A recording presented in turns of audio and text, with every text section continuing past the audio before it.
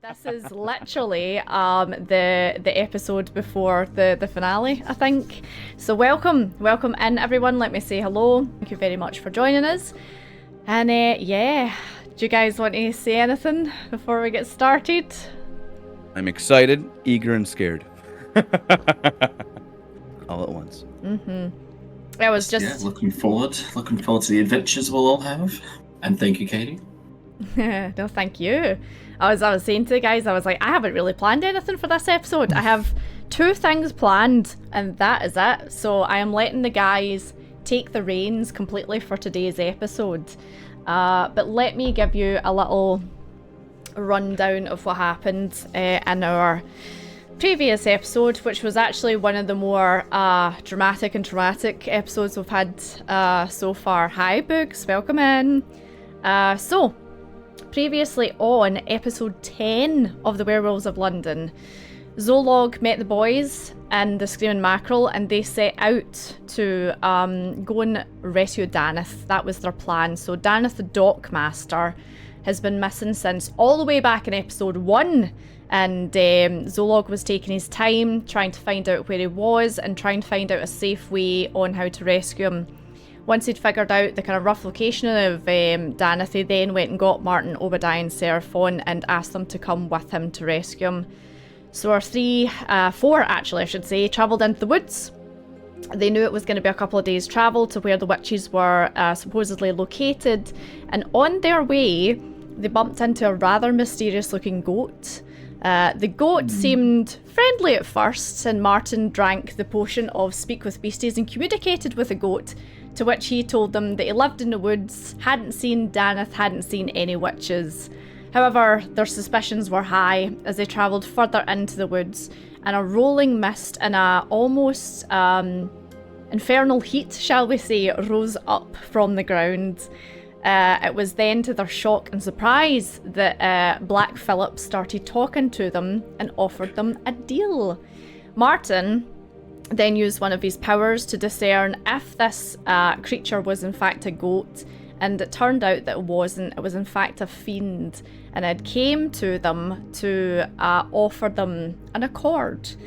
So whether they made an accord or not, we don't know. Some of them might have made an accord, some of them may have not made an accord. We'll never find out. Exactly. Question mark over that. After they had their one-to-ones with Philip. There's only one problem. Yes? I only have 1 egg. Only 1 egg? Scotty. Thank you very, very much, Naz. Thank you for 46 months. How do?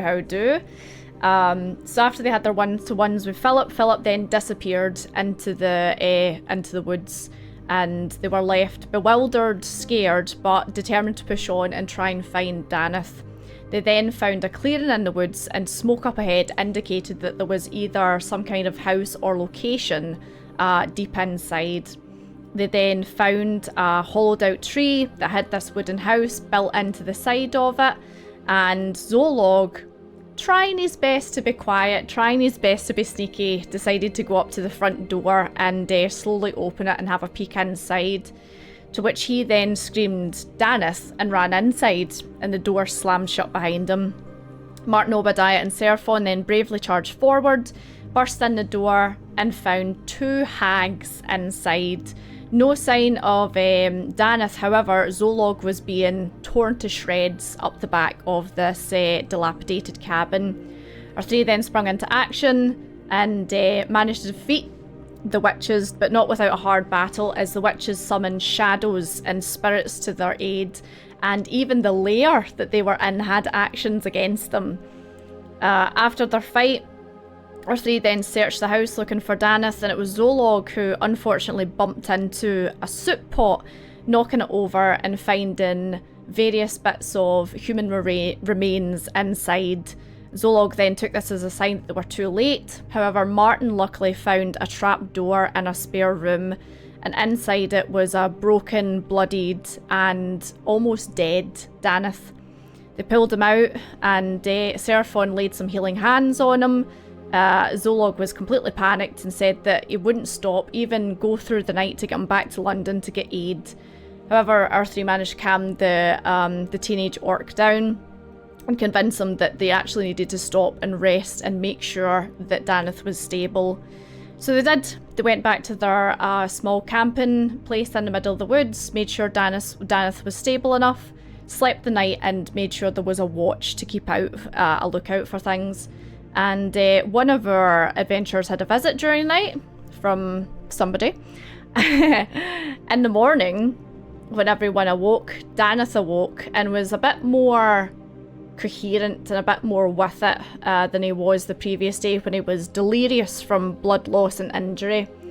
The three then convinced him that they needed to get him back to London as soon as possible to seek medical aid, to which Daneth thought, no, I'm fine, I can walk back, and tried to get himself up, but soon realised that unfortunately he was missing an arm and a leg, and that's where we left it off. So, I think for brevity's sake, we will timey-wimey this, and we will say that you travelled back to London with Zolog and Daneth, Daneth being carried on a kind of like makeshift stretcher, that you guys have made, and you take him to just a small local hospital and check him in. It's been a couple of days since then. You've since met Zolog and even brought flowers to Daneth to make sure that he's okay, and he is recovering, but he is not doing too well, shall we say, mentally, with what's been the outcome of his horrific stay with the witches. So we're about 2 days later, and it's the morning. Where is he resting at? Did he go back to his house? I may have missed that. So he was treated for a day or two, but he was very much like, no, I want to go home, I don't want to be here. So he's now back in the little house along the shoreline where him and Zolog stay. And Zolog has taken a leave of absence from work to look after Daneth for a couple of days more. Okay. Much to Daneth's protest, he doesn't want to be looked after, but he kind of needs it. Yeah.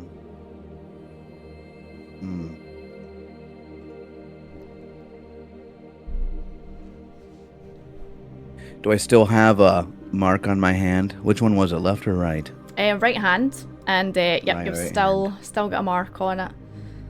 So you seem to be potentially permanently marked. It's scabbed over and it's starting to scar now, and you're covered in scars.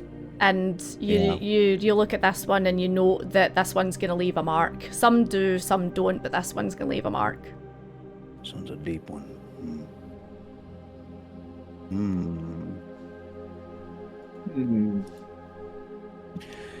Are you guys fully recovered, Martin, Seraphon?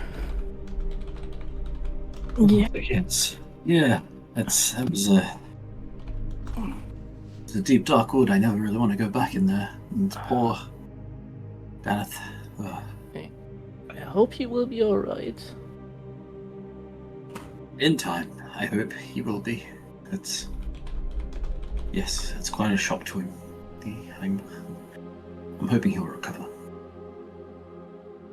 I'm just glad that the kid made it out.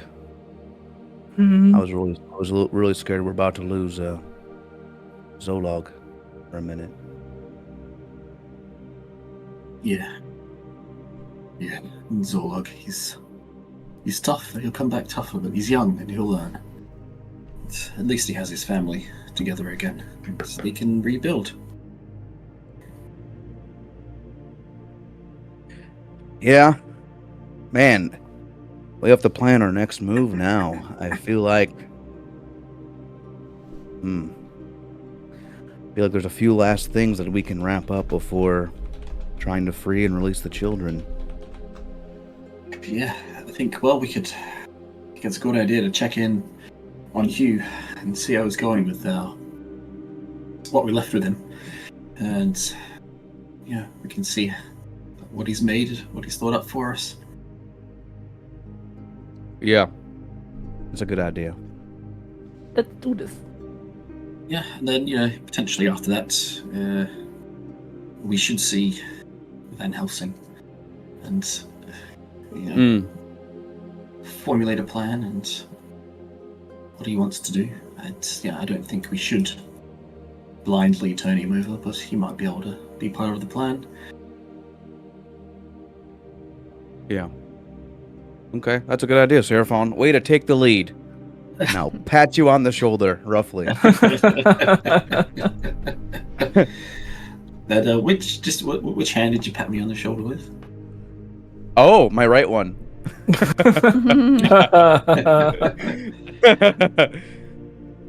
Do I notice anything on his hand? when he Your does passive perception's 13, so I would say unless Obadiah is deliberately trying to conceal it, you can see it.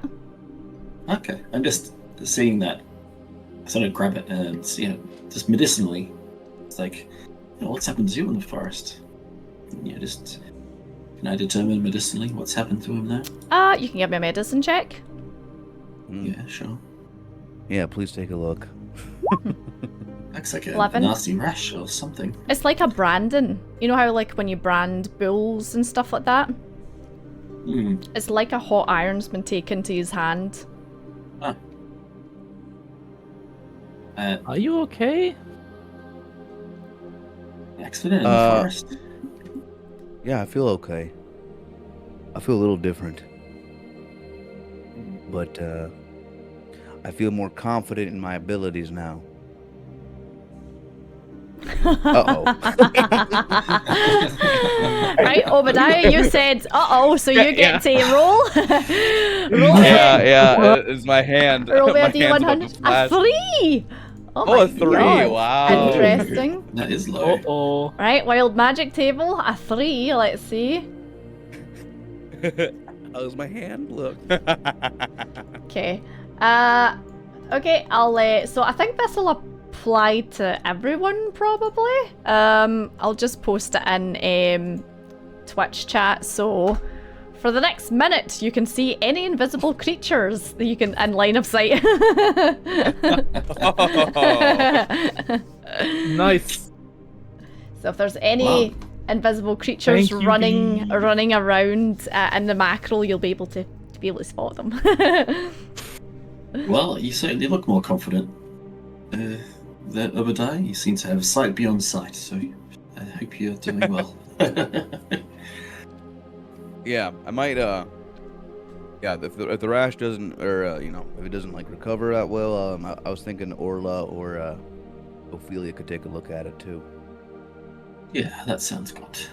We can visit them because we haven't visited them for a while.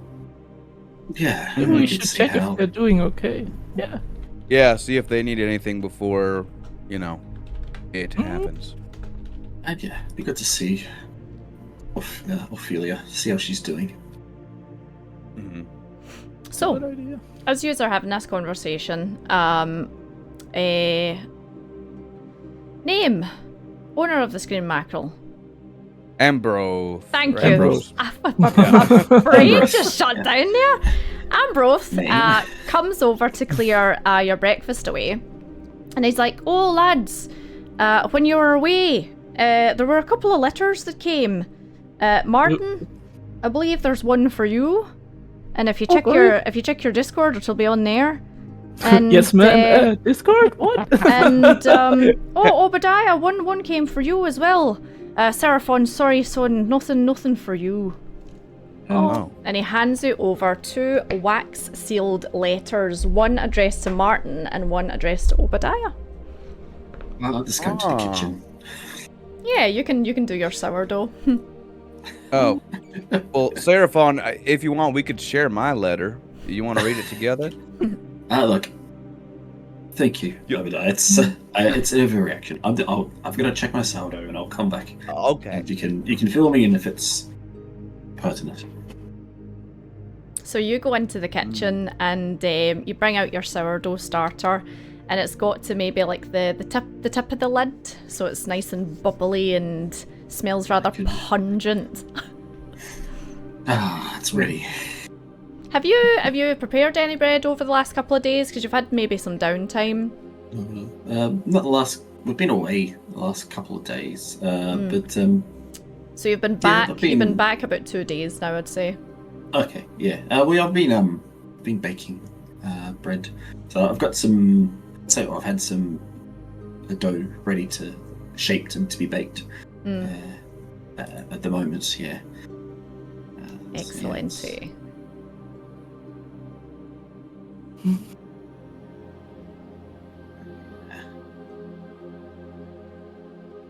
so it's all looking good. So I'll just spend some time with the dough. I'll shape it, take it out of its loaves, and shape it, mold it, get it taut, give it a slash, and and into the hot oven to bake. So Ambrose has actually, because you've been staying here so long, went out and bought like tins for you.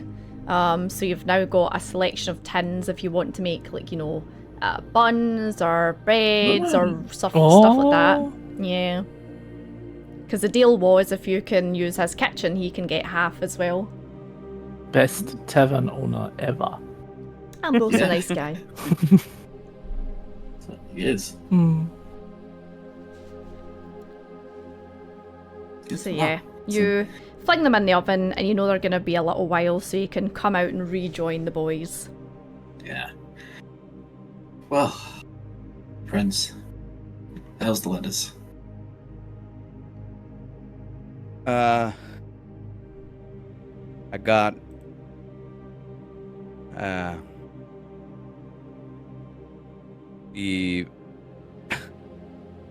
the lady that we've been acquainted with, she wrote to me, and she's saying she's looking forward to meeting with us soon.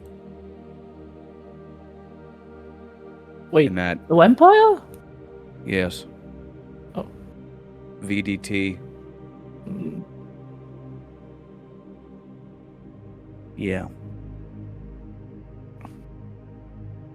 Did she Martin's make going any to work. demands? Or just Actually, she did make a demand, and it mentioned you specifically, Seraphone. all right. Would you like to read Said your that you- letter, Obadiah? Yeah, I'll read it. Yeah. Dear Mr. Obadiah Sinclair, it was a pleasure bumping into you and your friends the other day in the woods.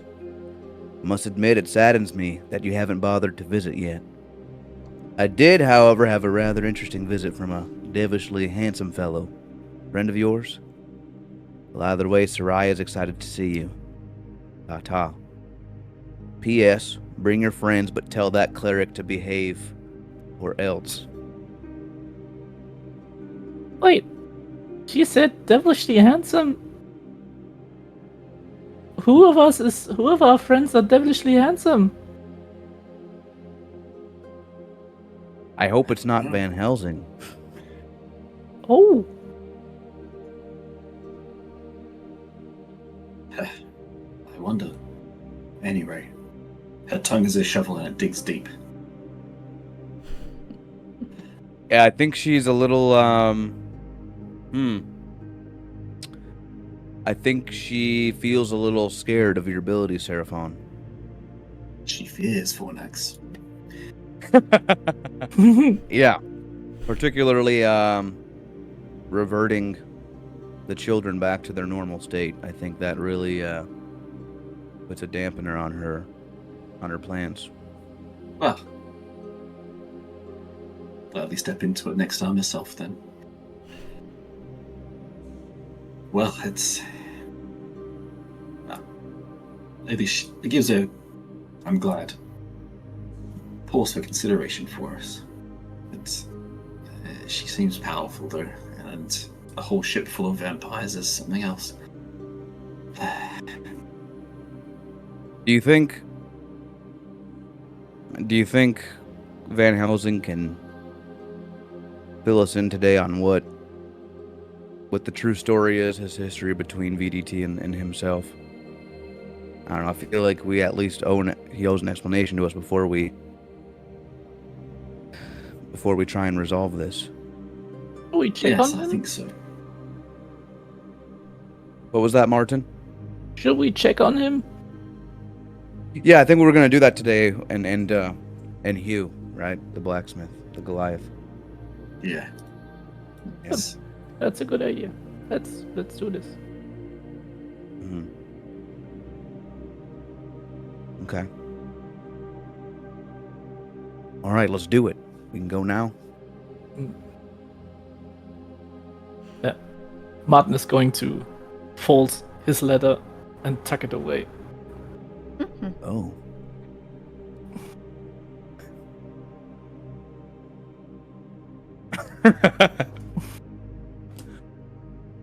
Okay. I'll do the same.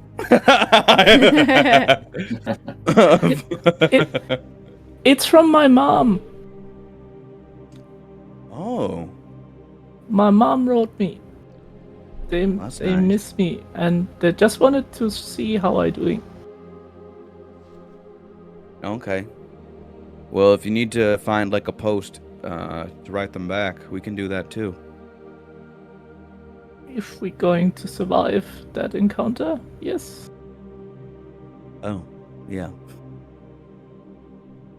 Oh, Martin, sorry, lad. I forgot. This came with your package as well. And he hands you over the jar of honey. Oh! Oh. And it is your favourite bramble honey, Oh! which your mother has warned you not to eat all the honey.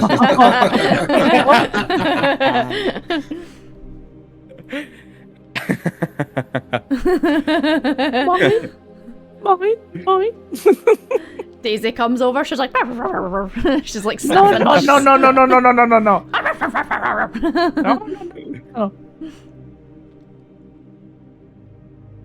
That looks delicious. I just open the lid and take a peek in. It looks sticky and runny and golden and delicious. Oh Damn. Does your mom own or she tends beehives, or she's a beekeeper? Oh, we have a farm outside, so we have everything: pumpkins, cows, chicken, bees. Yes. Wow. Yeah. Did you grow up helping out on the farm a lot? Yes. Until I become bored of this Guard, life. you're in the you can military. say.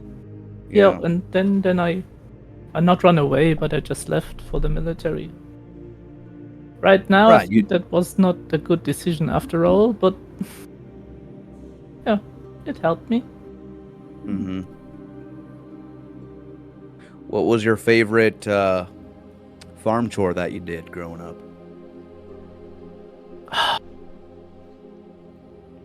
It's been a while.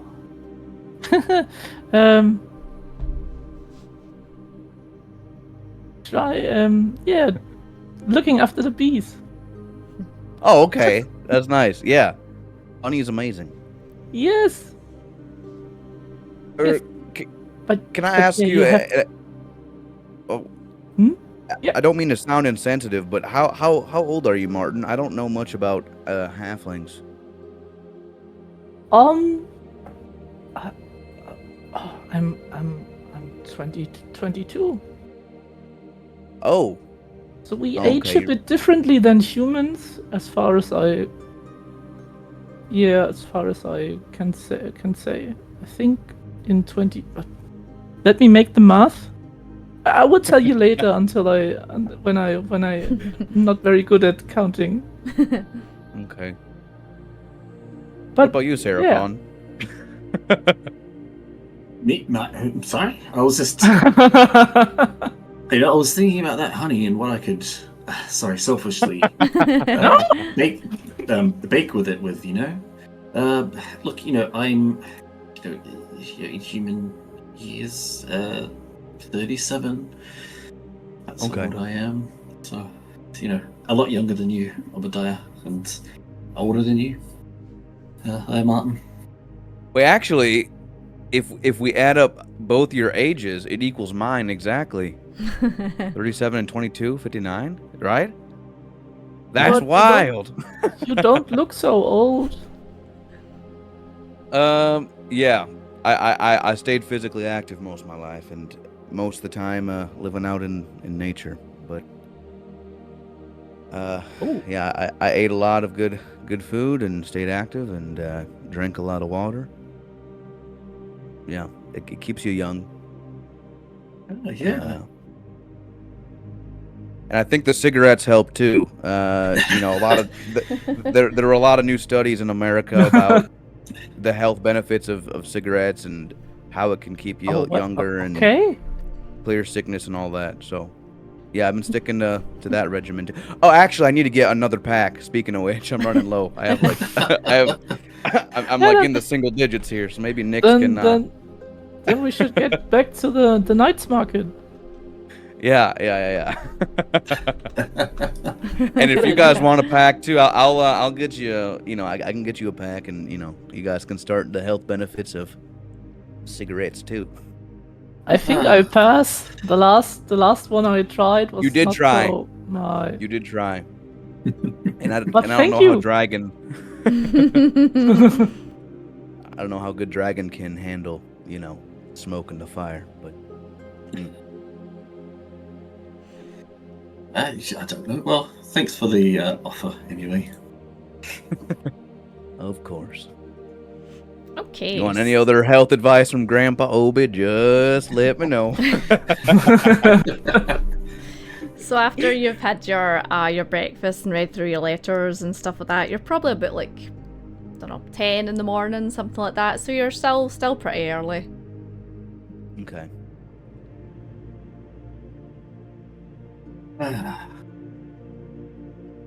Yeah. Okay. Yeah. Anyway, Martin, what I was thinking, if we're in the town, I could get some more baking supplies. Get some dried fruit, currants or black currants. We can make a spiced fruit bread and glaze it with honey. Sure. Or some of the honey, anyway.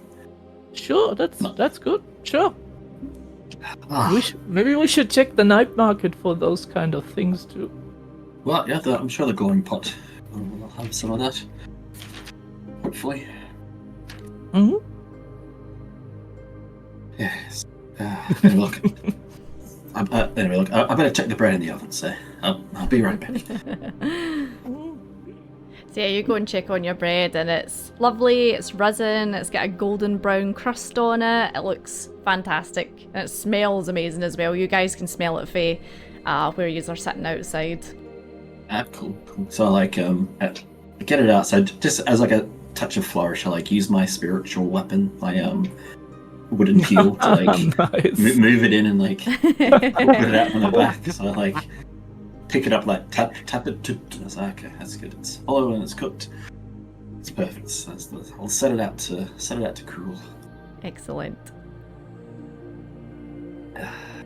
Hey, your paddle's good for something, huh? Yeah. It did nothing but miss. Next time it's bread, I'm sure it'll. Next time we're fighting bread lawyers, I'm sure it'll work. But, Roll to hit the bread. Only hits bread, not the witches. Defile it. Oh man. So where do you guys want to head out first then? Do you want to hit up the Goliath blacksmith or Nick's or the sisters or Mr. Housing? I think the blacksmith is closer, isn't it? Okay. So maybe we should. I think it's all in the night market. Yeah, it's all in that direction. So, it's never too far away, is it? So I'm sure it'll be fine. Cool. So you are heading out to the night market then? Okie dokies. Yes. So yeah, you just pop out and the usual, it's dark and gloomy outside and the moon's out, and you make your way over to the night market. It takes you about an hour to walk there, and a lot of people are setting up their stalls. It's kind of like early-ish, but a lot of people have already kind of got their posts, and you see Nick setting up his stall. You see the sisters lighting the candles outside, and Hugh's looks as if it's open, the lights are on. Okay. Let's go in. Yep. So you knock. Knocking. Hello. Oh, he's got the wee bell above his door, so you can just go. Oh. You can just go straight in. Pretty much, yeah. So you go in and you can hear Hugh banging around in the background, and he hears the bell and he turns around and he's like, all right, lads, welcome in. Close the door behind you and pull the curtains, will you? Yep. So close the door and pull the curtains and just take a. So do we have any? Can I look around? Is there like a chunk of wood anywhere? Something I can chock the door with? I mean, he just comes over and locks it. Fine. He just comes over the keys and he's looking at you, looking at this bit of wood, and he's like, are you alright? It's just extra security, That's alright. No one will get in, don't worry. And then locks it. And he's like, right, come on through the back then. Thank you, Hugh. So you go through the back, and it is hot through here. He has got the furnace burning. It is the hottest it has ever felt in this place. And he's like, sorry about the heat. It's I've had to crank it up to try and do stuff with these scales you dropped off. Oh, that's fine. It's lovely in here, to be honest. Yeah, you're just like, oh, it's just so pleasant. Obadiah and Martin, you are sweating. Yeah, I'm sweating. It's very unpleasant. Especially because I'm closer to the ground. Yeah. Very hot. Oh, Martin, have you dyed your hair or something? No. It was, yeah, we had an accident in somewhere, and this is what happened then with me. All right, okay. I mean, you suit it. It's no a bad thing. I'm no insulting you, son. Thanks. Right, okay. So that's nice. I wasn't able to do exactly what I wanted to do with these things because, like I say, dragon scale, they're fireproof, they're chip-proof and slash-proof. They're pretty sturdy things. However, I was able to make a shield, or shields, I should say, out of them. So he brings them over, and he has very crudely attached some leather straps to the scales, and he's like that. Unfortunately, Martin, wee man, I think they're a bit too big for you to be lugging about as a shield.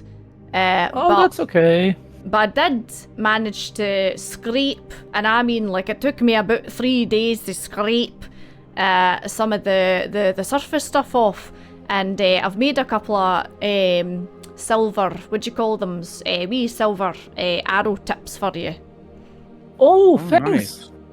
So he has managed to make 2 shields, which Obadiah and Seraphon Hughes would be able to handle. And he's managed to scratch the surface of one of the other ones just enough to kind of melt it down a little bit and dip the arrowheads in it. So, Martin, you have about 10 of these, and you, Obadiah, and Seraphon have got a shield each. A silver scale. Silver scale shield. Very interesting. And he's are there any... Huh? Go on. He's made it so it's like, say, like a kind of like a backpack strap, so you can attach it to your back. And Seraphon, you'd be able to hide it under your cloak. Obadiah, you'd probably have to buy maybe like a bigger jacket in order to hide it under. But you would be able to do that if you were able to purchase something like maybe like a long coat or something, an outdoorsy kind of thing. Do we want to hide it? I mean, could just keep it on. I don't know. If someone wants to take it, they can try, I guess. Do you think you think this will have any other special properties outside of just being a typical shield? Yeah, Mr. Blacksmith. Are you asking you? Yeah. I mean, he probably doesn't know anything about werewolves and whatever, and he rolled in that one, so he's like, I mean, you can bash things over the head with it. I'm sure that'll do the job. Yeah. Now we'll do some field testing. Could you? I will give him 30 silver pieces. Ooh, okay. Or coins. Mm-hmm. And I will hand him my old Sasquatch longsword as well. It's the normal longsword. Could you just, even if it's just the tip, or even just one part of an edge, that I could use in battle, just to coat it. Maybe add a little bit of silver to it. Would that be doable? Is 13 enough, or do I need to get more silver? I mean, I could probably do one side, the blade with that. I wouldn't unfortunately be able to do the full thing, but you leave it with me. I could probably do that in a day. You know, just need to melt it down and bash it in. Yep, bash it and smash it up. Okay, yep, and I'll give him the Sasquatch and be like, take good care of it. That thing's been with me for a few decades now. I mean, I can tell. And he looks at it and it's got chips out of it and it's scratched. It's proper fucked. He's like, is that right? Okay then. Do you want me to like rebind the bottom of it? It's looking a bit frayed, or do you want me just to leave? Or yeah, the handle, like the hilt, sometimes it's like a little wobbly. You know, it shakes. Like, he takes it and he does that, and the blade's like that. He's like that. I'll sort that. Wibbly wobbly. Okay. I'll toss him 5 gold as well. I don't know. I got some money in, so I'll be like, this will just be part of your services. I guess. I hope this is good enough. I don't know that. I mean, repairing your sword will be about like 10 gold or something. It's no hassle.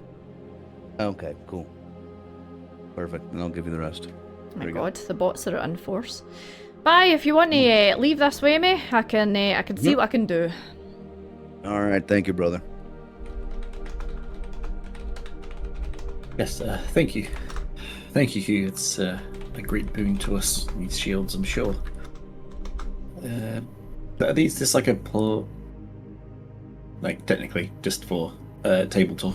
So shields, hold on, shields like D and D, so they will give you pluses to your AC. Let me see, I'll it's open like a this. +1 shield, +2. +2 for plus shields. 2, yeah. So these are, so they're technically like metal. So carried in one hand, wielding the shield, and it'll give you a +2 to your armor. Okay, so it's nothing more special than a normal. Nah, shield. it's not like magic or anything. It's just a giant scale. Yeah, nothing special there. It's It is made of silver, however. Made of silver.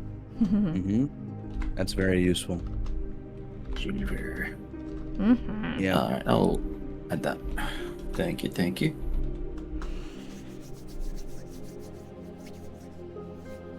Yeah, this could be useful depending on. I don't know. I guess so. We have to field test it and see. We'll have to see what it does. Yeah, we'll have to see. Or yeah, maybe the twins might know something about if there's anything magical about this equipment. But yeah, that's good. Thank you.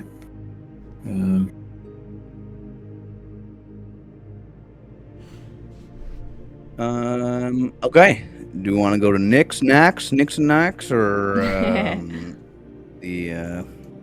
the Moon Sisters? Or I'm getting old. All these names are getting jumbled up in my head. The Saloon Sisters. If we are on the night's market, let's visit Nix, and then Okay. Yeah. They're both here. We finished that with the sisters. Okay. So you head out, and Hugh unlocks the door for you, and you head back into the night market. And Nix's tent is up, so it's the flamboyant purple tent with all the kind of gold swirly filigree all round the outside of it, and a wee sign above the door. It says Nix, Nax, Nix and Nax. And there's that familiar kind of like oody, perfumey smell wafting from the inside that comes from the incense burners. Nice. Nice. So you go inside, and Nix is doing his usual, messing about with trinkets and wee bits and bobs that he's got with his feather duster, and just kind of like having a nosy through all the stuff that he's got on the shelves.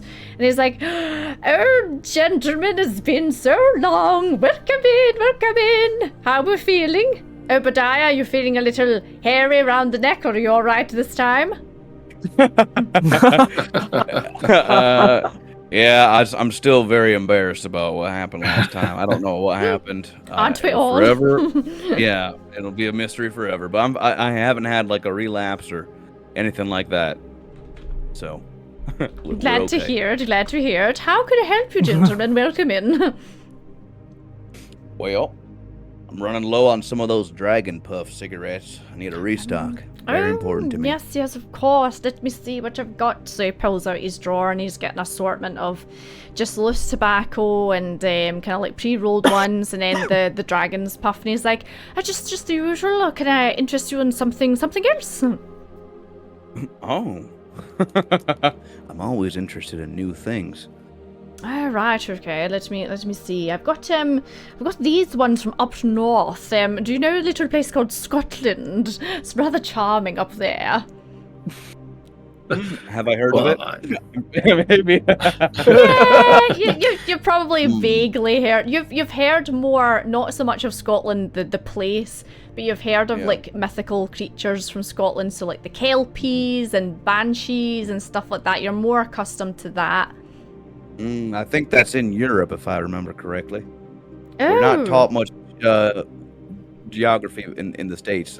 Well, it's up north from here, dear, and they have a wonderful selection of tobaccos up there. Let me get these out. So he like pulls them all out, and he's like, I believe this one is called the Wild Haggis, and look at it, it's got a picture on it, and it's like this wee horrible looking creature, you know, with jagged teeth. And he's like, it's apparently meant to pack quite the punch. Oh. Yeah, you know, I've been building a tolerance to these Dragon's Puff. Maybe I need something a little stronger, you know. The Dragon's Puff are cheap and nasty, darling. Maybe you need something a little bit stronger. Yeah, absolutely. Okay. So yeah, he slides them across and they're just a gold. Ooh. And it's a 20 pack. Nice. I'm gonna look at the back. Is there like a flavor profile or like a description of the wild so haggis? it's kind of like it's very smoky, as in like, you know how when you get like fish and stuff like that and you smoke it for a couple of days and kind of dry it out. Yeah. It's got that. It's like a kind of taste to it. But they seem pretty legit. They seem pretty nice. Tastes like iron brew. Give a nice, satisfactory groan. Oh. What about yourselves? Anything for yourself, gentlemen? Martin? What? Anything for you? No, thank you, Mr. Nax. Do you have anything special? I don't know. Would you recommend something? I mean, my speciality is clothes, but we have loads of different things depending on what you're after.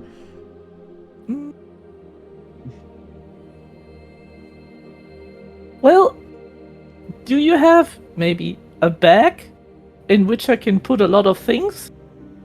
Bag? Let me have a look. So he goes and he's like got a wee cupboard in the corner.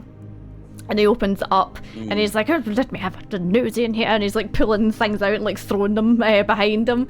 And he's like, hey, I've got a couple of bags. And try to dodge them. He's like, I have a couple of bags in here. Let me see if I have anything special. Gonna make a roll for him.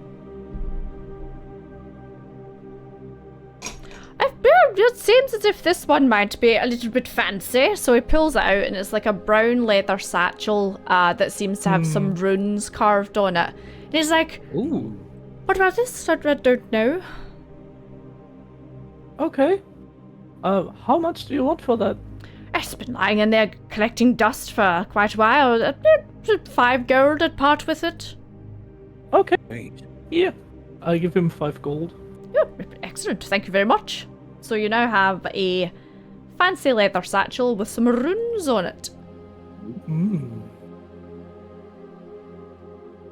Intriguing. Mm-hmm.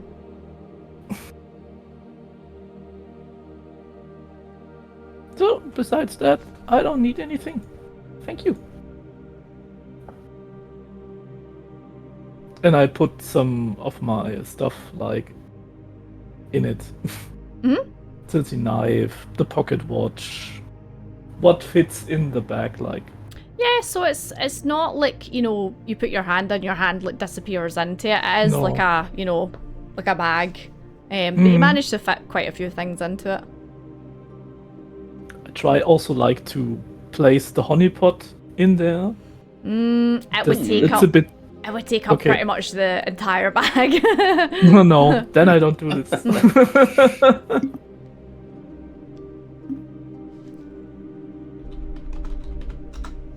Shall we go to the sisters?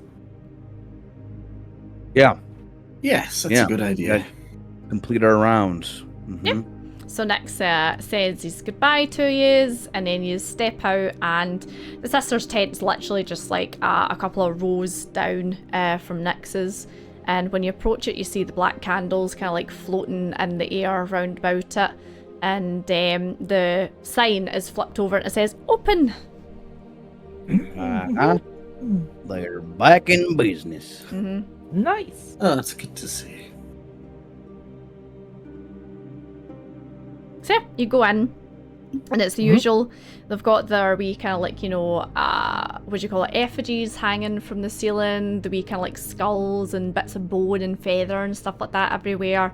And you see Orla and Ophelia sitting at the back, bent over the desk, and they're like, "I know, but it wasn't dead when it came in, so it's really strange. Did you feed it something?" "No, I didn't give it anything. It must have been you." "Aye, right. As if I would feed that poor thing something, blah, blah, blah." And they're like chatting about something. Hello.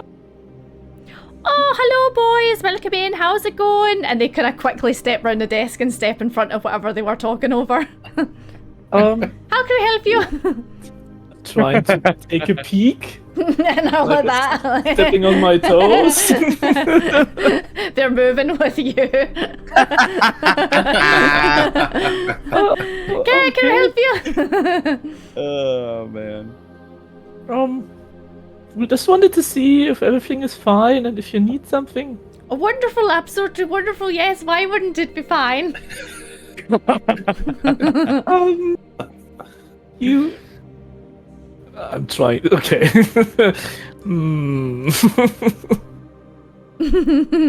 Actually, I also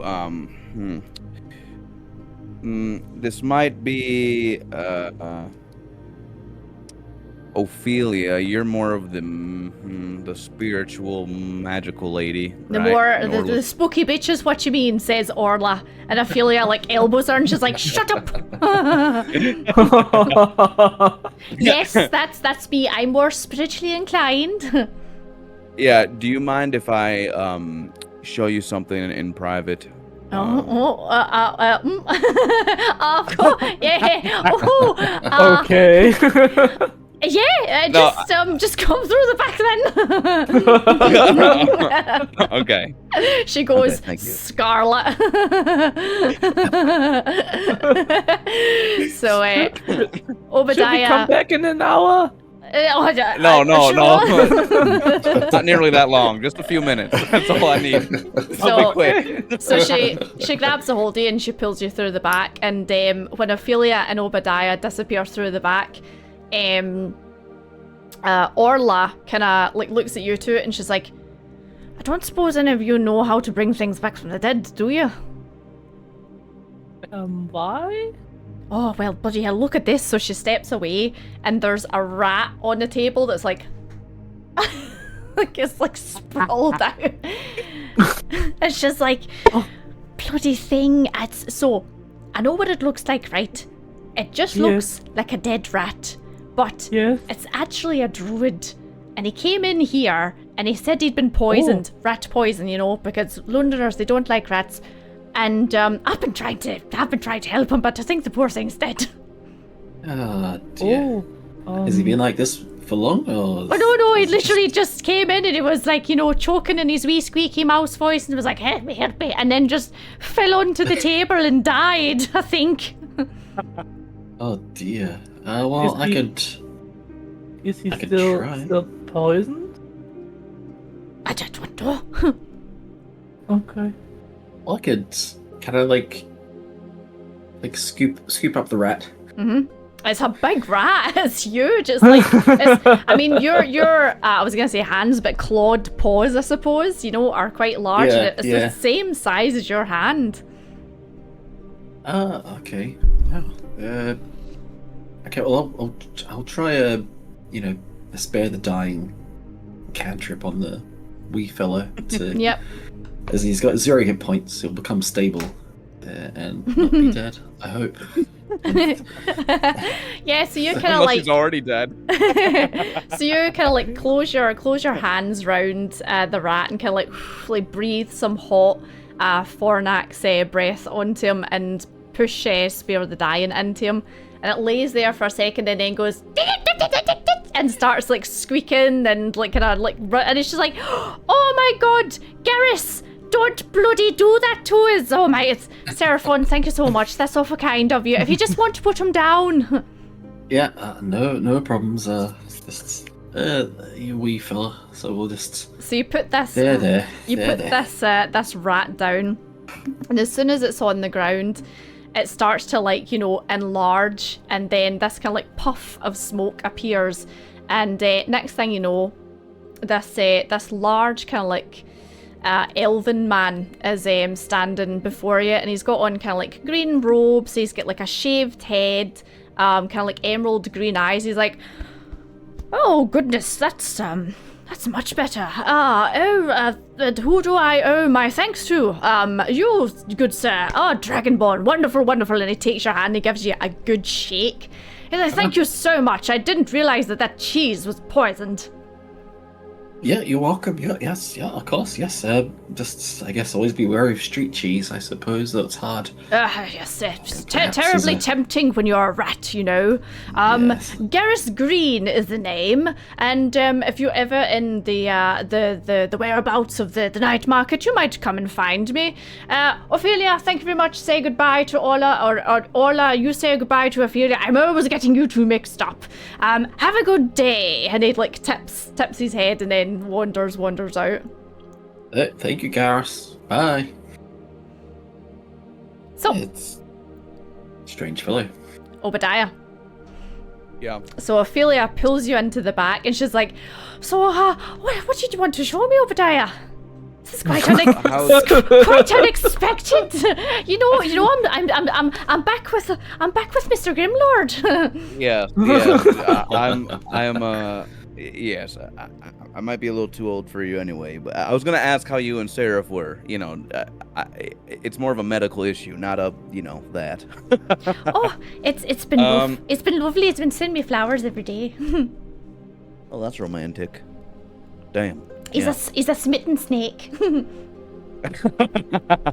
A smitten snake. Are you gonna? Have you given him anything back, or are you just accepting the flowers? I mean, yes, I gave him loads of things. Just, like taxidermy. He loves taxidermy. Oh, okay, that's great. So, I was wondering if you would recognize this symbol on my hand. Ooh. That will show her the symbol of like the 2 triangles with the line through it and like a cross on the bottom. Oh, let me have a look at it. So she takes your hand and she traces the branding with her finger and then brings it up close, and she's like, this might seem a little bit weird, but just ignore it. And she goes and takes a really big sniff at it. And then she's like, oh, that's definitely him. And 2 seconds, just gonna give her a roll. Yep. She's like, what you doing messing around with the sulfur god? Uh-oh. The sulfur god. Yeah. Oh god, that's absolutely stinking. Why have you got his branding on you?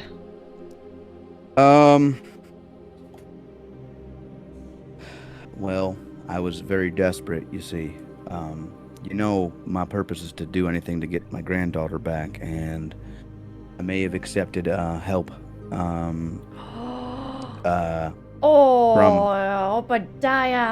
Oh, you didn't make a deal with him, did you? Well, yeah, we were going to clear out these witches anyway, and my. I thought it was aligned up, Oh. and oh no. Oh, Obadiah.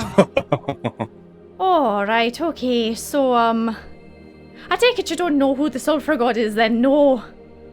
No, I've not heard of that. What's the proper name, or what?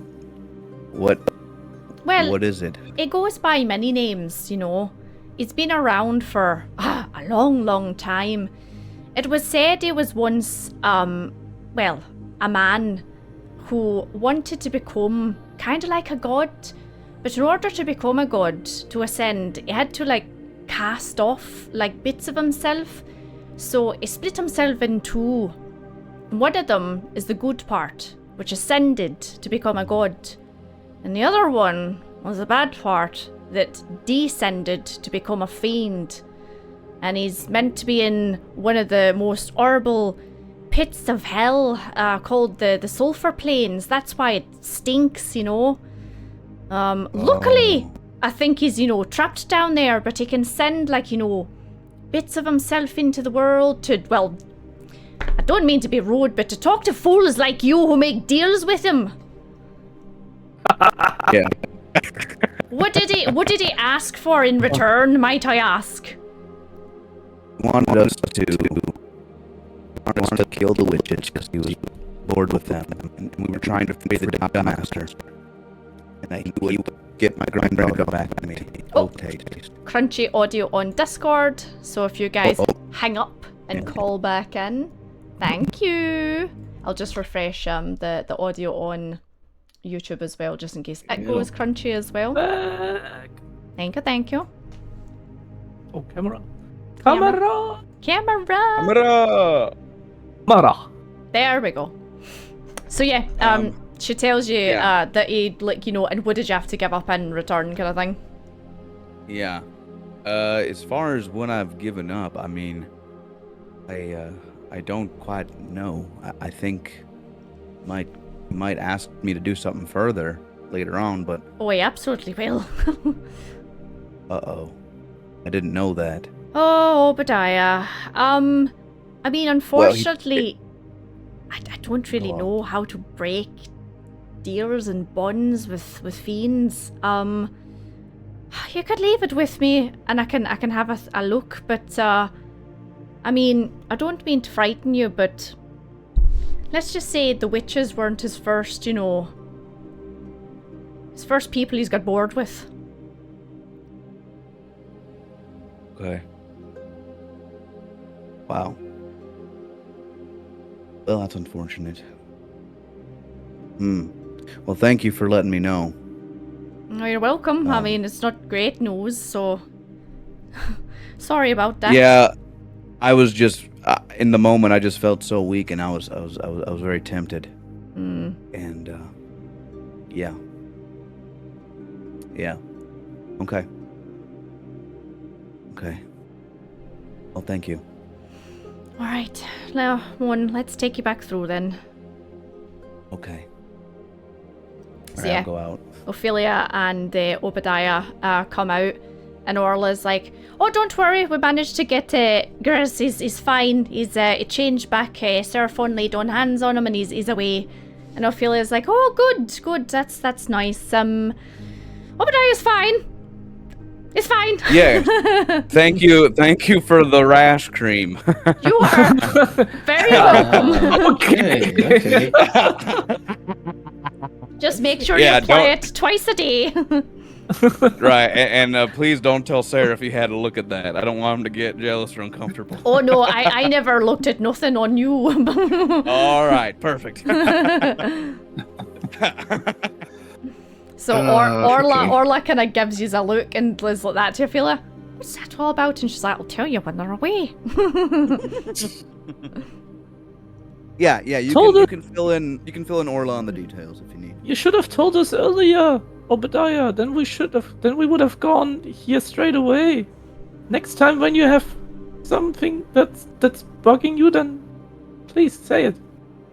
Yeah. Well, you talked about when you took a pee or a poop in the woods, and you got itchy that one time. It may have happened to me. You gotta be careful what bush you use, right? Yeah, stay away from the ivy. It's not good at you. Yeah.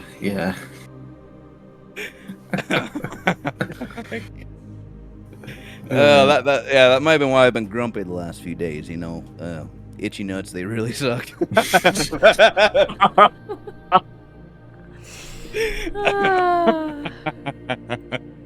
Okay. Alrighty then. I am embarrassed. Jeez. Okay. Well, if you guys need anything from us in the next few days, we'll be available. Right, yeah, if we need anything, and if I find any more stronger cream, I'll let you know, Obadiah. Okay, yeah, sounds good. Thank you. Okay, I'll see you later. Okay. Yeah, thank you, Ophelia. And Orla, thank you. And as soon as you are leaving, you hear like them going like gossiping as soon as you are out. So, Yeah. do we need anything else? Any more? I look at Obadiah. Creams? Hold on, let me check. No. I think got everything. I think we just talked to Van Helsing and plan our next move. Then we'll be able to prepare before the final stretch. That's a good. Yeah, That's a good look, idea. that's good. Let's, while we're in the market here, I'll just go to the glowing cauldron. I'll pick up some baking things. Yeah. So the Dried glowing fruit flour. the glowing pot's open and Margaret's there. She's putting some things out in some jars. You can see when you arrive there that the glowing pot is running low. Like as you know, with the ship coming in and destroying the dock, supplies coming into London from the sea has been pretty non-existent. So she is starting to basically run out of everything at this point. Hello, Margaret. Oh, Seraphon. Oh, hi. Hi, boys. Welcome. Oh, are you just wanting a tub again? Not this time, thank you. Thank you. Oh, Maybe such a shame. We don't need to wash in the street and get all soaked up this time, thank you. But, Oh, that's a pity. I forgot about that. That's funny. Margaret, I know things are running low and things are a bit sparse and thin, but would you happen to have any dried fruits, or currants, or apple, orange, or?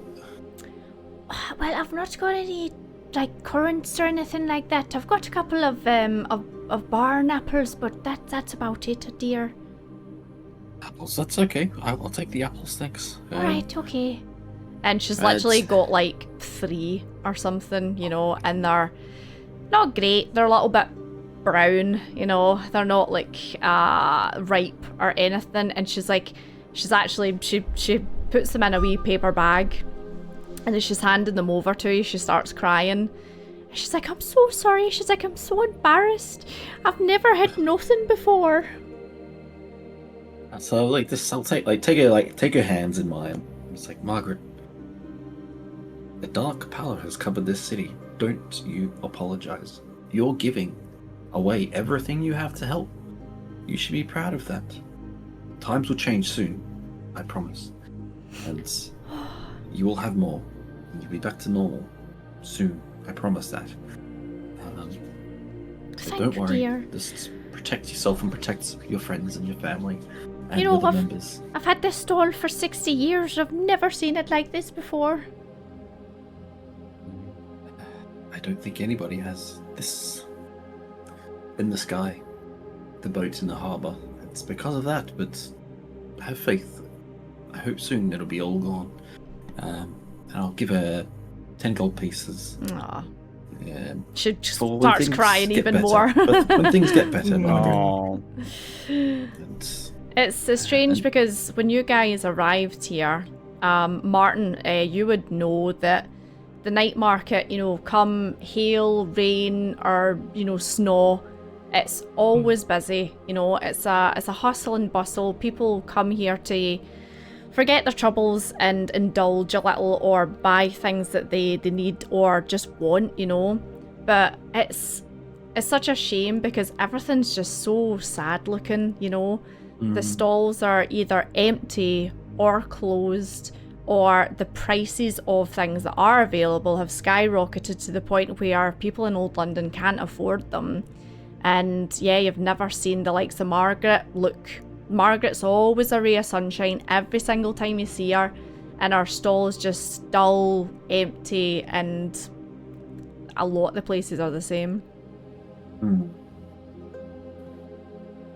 Margaret, do you know, is the ship just doesn't let anybody dock anymore?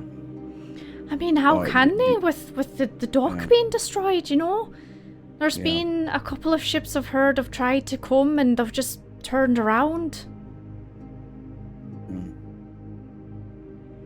Yeah. I mean, would you want to dock in London next to a big bloody red ship like that in eternal darkness? I don't think I would. No, I would think it's cursed and not go near it. No. I mean, word spreads. There's probably other places that know what we're going through and are just staying away. Okay. Yeah, I hope maybe by the end of this week at the latest, I hope things can change. I'll do my best, Margaret. We'll do our best together. We will. Yeah. We will together, we promise. I can feel the things. I can feel things changing. Yeah. Okay. So yeah, Margaret wraps up the little that she has and hands it over to you. And it's literally just like a couple of copper, Okay. I'll tip my hat and say, well, take it easy, young lady. She's a bit older than you, but she appreciates that. Yeah. Yeah. Okay. Well, gents, is it time? It's time. Yes. Time. He stays at where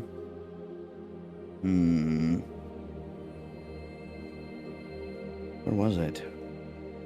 Van Helsing? Yeah. Oh, the Raven, the Black Raven. The Black Raven, okay. With the tiefling. The very gender fluid looking tiefling. Yes. So yeah, it's probably like just after midday by now, so maybe like 1 o'clock-ish coming up to. So the pubs are open by now, mostly for kind of lunchtime for people that are coming in for something to eat during their lunch break. And sure enough, you go in and the Black Raven is pretty busy. There's a couple of people having lunch and they've got their lunch board up outside advertising what the kind of the selection is for the week. And last time you were here, they had things like sausages and bacon and eggs and all that kind of stuff. And you look at the board today and it is cabbage soup. And that's it. Oof. So you go inside and the place is busy. But most of the people who are kind of like, working Joe kind of people are sitting with 1 or 2 bowls of cabbage soup because, cabbage soup doesn't really fill you up, like the same way that a bacon sandwich or a full breakfast would, so you feel as if they're maybe eating a bit more to try and fuel themselves. And sure enough, you see the purple tiefling behind the bar, and they kind of just give you a kind of a sad wave. Good evening. Afternoon. Hi, yeah. Well, I was gonna say good evening or good afternoon, but it's not that great, to be honest. Yeah. He's in for lunch or something. Yeah. Okay. Also, we were looking to head downstairs. Oh, all right, okay. He's just snapped out. I think he said he had some letters to go post or something, so it shouldn't be too long. But I mean, grab a seat. I'll bring over some cabbage soup. So, and that's all I've got. You guys feel like drinking today? A little bit. No, not for me. Thank you. I'll take a whiskey for me, and I will take another whiskey in honor of Seraphon. Okay, yeah, sure. Hi, that's fine. So just a couple of copper for the soups, and then just maybe about like 10 copper, 20 copper for the drinks, if that's all right. Okay, yeah. I'll bring that over to you. Perfect. So you see them just kind of grab a couple of bowls and fill them up, and they actually use their tail to like grab the whiskey glasses, and like they don't even look behind them as they're filling up the whiskey glasses. They use their tail to do it, and they bring it over to you and drop it off, and they're like, you'll see them come in, so you can just like go down when you're ready. Okay. You. Does Seraphon have a tail? It probably will, I'd imagine. Hang on. Let me look at my stat sheet. Well, actually. Thank you, Brian. Yes. Actually. Does Seraphon have a tail? Some Dragonborns do, some Dragonborns don't. It's the same with Yuan-Ti. Right. Yeah. No. No. You don't have a tail. No I don't have a tail, tail. no wings. Knee tail and knee wings. Just look at all. Remember the whole Terror in the Night Sky debacle? Yes, that was a. It was drawn with a tail.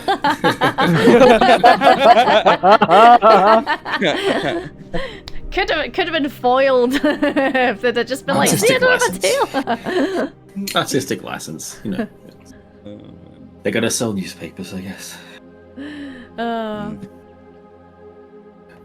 So, if you guys are sitting somewhere and it's busy, remember you just can always roll to see if you can hear anything interesting. Ooh. Yeah, I'll give a gander. Yep. Remember, some of them might be absolute made up gibberish, and some of them might be true. So if you want to give me perception. Yes. Yes. Let's see. It's gonna all make a roll. Oh, wow! 15 and 15. Wow. That's cute. Martin. Coming up. Let's see, rumors. 10. Ooh. Okie-dokies. Well, he's I'm not up so there good something. at rumors. Right, let's see. What have we got left? Because I think you've actually heard quite a lot of them.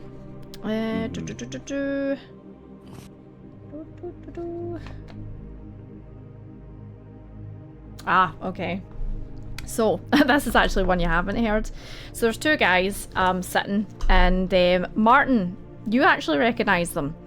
They are ex-Town's Guard. So if you remember, you were let go from your position, and these two were probably let go from their position as well, because during this time of day, you'd imagine if they were still working for the Town's Guard, they'd be in full uniform. However, they're just wearing kind of like workers' clothes, and the two of them are a couple of drinks deep at that point, so they're not being particularly quiet, and all that. Aye, and remember, I used to arrest him all the time. That drunken idiot. And the other one's like, aha, I remember one time where he threw up on your shoes and it was like ice.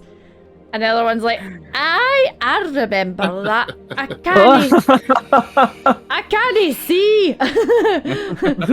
And the other one's like, what was it he said that time when he was all locked up in the stocks? I'll have your head and you'll hear from my father. That was funny. That's what you hear.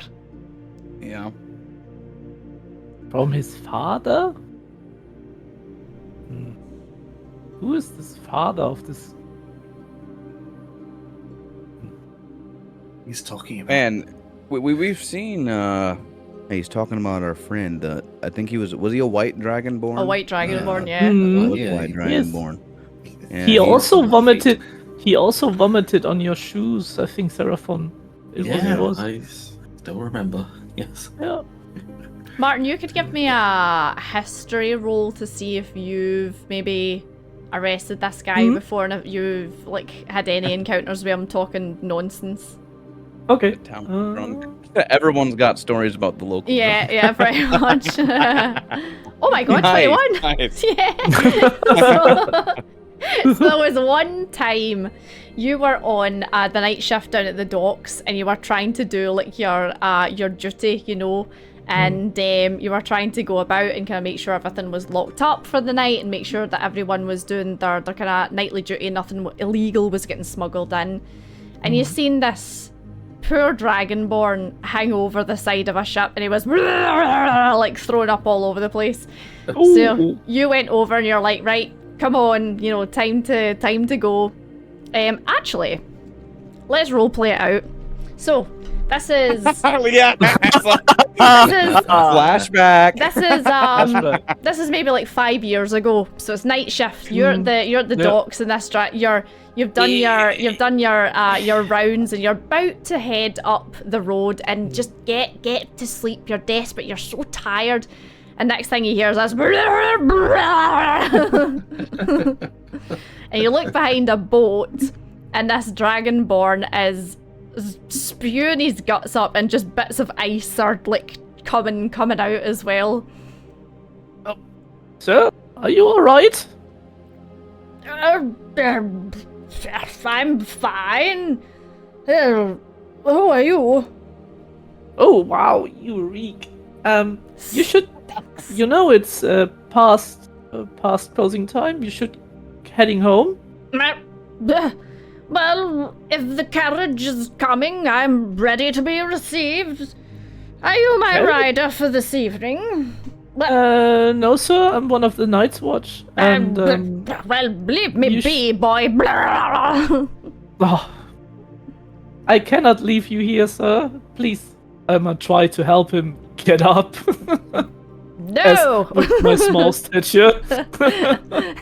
So he's like that, no, and he's like waving his hand in front of you, and he's got like this 3/4 empty glass bottle that doesn't have a label on it, and he's like, get back, boy, back. Trying to get this glass thing out of his hand. I mean, give me a strength check. Okay. Oh wow, this is going to be fun. I mean, he'll be doing it at disadvantage because he's absolutely steaming. Okay, so it's 18, but disadvantage. This is going to be a strength check with -1. Yeah, go for it. I mean, I'm rolling at disadvantage because he's absolutely drunk. I have to roll. Did you just roll 2 double ones? It's a double one. There's no way. Did you manage to? Amazing. Wow. Amazing. So. How did that even happen? Well done. I mean, to be fair, if we would play Black Eye, it would be a critical success. But True. This is D&D, guys. So. True. So okay, so that's pretty funny. So he rolled pretty badly as well, not as badly as you. So what happens is you go to grab the bottle, which is clearly moonshine, you know. Yeah. You go to grab the bottle, and he's like that, no! And he grabs your hand, and the two of you are tossing, and the two of you just like lose your footing at the same time, and both like fall over. And he drops the bottle, and it smashes, and he's like, I will have your head for this. I'm going to get my father to put it on a spike outside the castle. Yeah. You know what? I will take you in. I try to get up as good as possible. It's a little bit icy, it's a little bit slippery, but you manage to get yourself up. Yeah. And hold on, let's see if anyone's coming to help you. Nope. Damn it. You see a couple of your fellow kind of like night shift people like standing at the side, and they're like, oh no, not this guy, and they just kind of like slowly start backing away.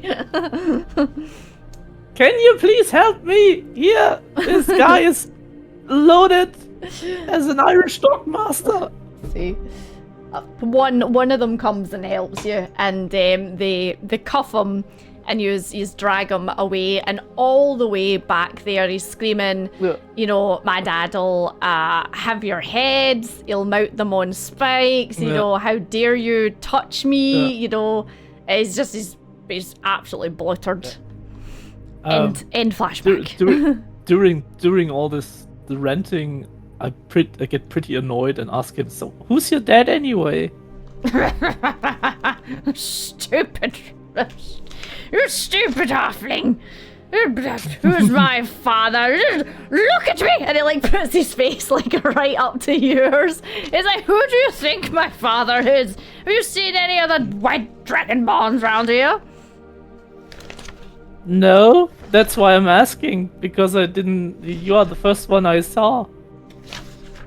Yep, he's the first one you saw. So, yeah. Okay. Let's bring him in, guys. He's just shaking my head. And end flashback. Oh, I remember this guy, and I'm just trying to hide my face. That's not a pleasant memory. He was very drunk when I first met him, and he said something like this, that he got our heads, and that he would tell his father and stuff. This guy was loaded. Man, he's had an issue with alcohol for a very long time, and that makes it even more sad. Yeah, it does. Yeah. I've seen a lot of people waste away their whole lives in front of the bottle. He was the first Dragonborn I saw in my whole entire life. Yeah, so I'm really happy, Sarah. That they're also nice Dragonborns. Well, thank you, Martin. I'm sure a lot of us are nice. At least in my family, we were. Yeah. I'm sorry you had a bad encounter with him. He seems to have a substance issue. Maybe if we run into him again, we could get him some help. Yeah. Maybe he could also tell us then who his father is, because I'm still wondering to that day who is he, who had he referred to. So yeah, because apart from Sarah, well, usually you have not met people any that other are Dragonborns. Yeah, people that are very prideful of who their daddy is, that usually means they're well off or have a certain social standing. Yeah. So that could be a lead if we wanted to investigate, you know. Why not? Yeah. Oh yeah, maybe one of these days. If we cross paths again, absolutely. The mystery of the White Dragonborn. This is huge. I think we should put all of our resources and time on this. We should. Forget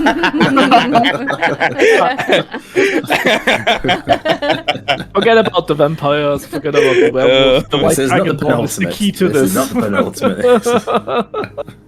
We're gonna find a dragonborn getting checked into AA.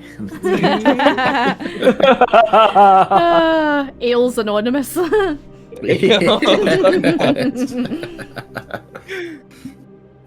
Oh man. Oh. I will down my second whiskey then. Then I feel, yeah, while we're on the topic.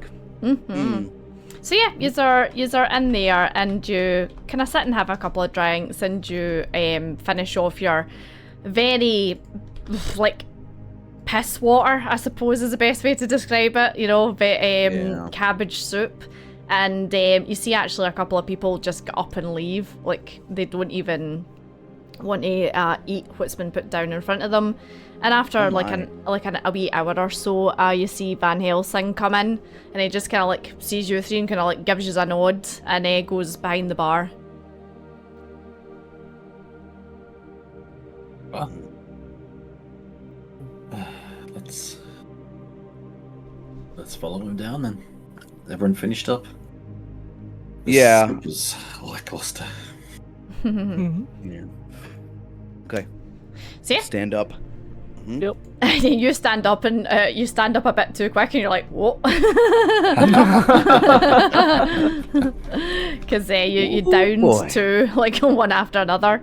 But you manage to get yourself up, and you go behind the bar. Tieflin lets you downstairs, and sure enough, you find yourself in Van Helsing's office, and he's sat himself down. He's taken off his jacket, and he's currently lighting up a pipe as you go downstairs, and he's like, "Oh, gentlemen, good to see you all.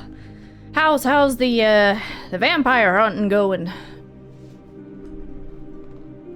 Hunting them or them hunting us? Oh, have you bumped into one or two of them? One particular nasty one. Oh. Sorry to hear that. Was it a spawn, or was it one of them big nasty ones? I don't rightly know. She could shapeshift and freeze me with a gaze. So one of them big nasty ones then. All right. Yeah. I don't suppose you caught her name, did you? No, but we have her initials, and we wanted to ask you about that, Mr. Van Helsing. Of course. Yeah, please sit. Get yourselves a drink. So he brings over a jar. Oh my god, a jar of whiskey. Can you imagine? It's more honey from Martin's ma. Whiskey in the jar. I mean, you can get honey. You can get honey whiskey. Actually, do you know what? Fuck it. He brings over a jar of honey whiskey with like a big Nice. wooden spoon inside it, and some glasses. And he's like, "Help yourselves, gentlemen. I brought this over from the States." Oh, is it a Kentucky? No. Oh. Oh, it says from my home state. How did you know? Oh, I love Kentucky bourbon. I'll light up a ciggy. One of my new wild haggis. Ooh, and it smells nice and smoky and aromatic, and it's not got that kind of like stingy like texture to it like the green puffs did. They were cheap and nasty.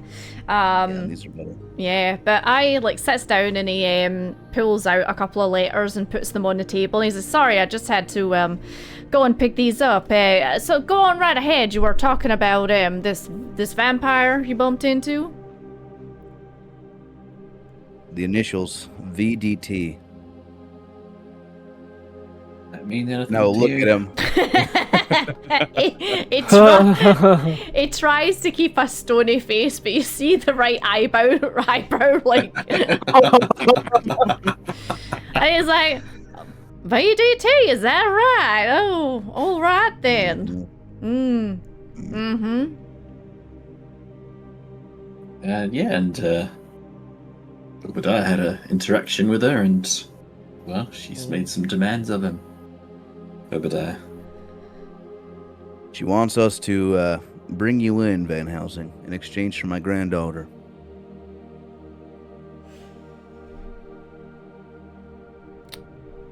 I'm not. You really pissed her off. She wants you. Desperately. And I have a sneaking suspicion part of the reason she came to London, I don't know, maybe, I don't know if she knew you were here. Now that she knows you're here, she really wants you. Well, it's more like, she didn't follow me here. I followed her here.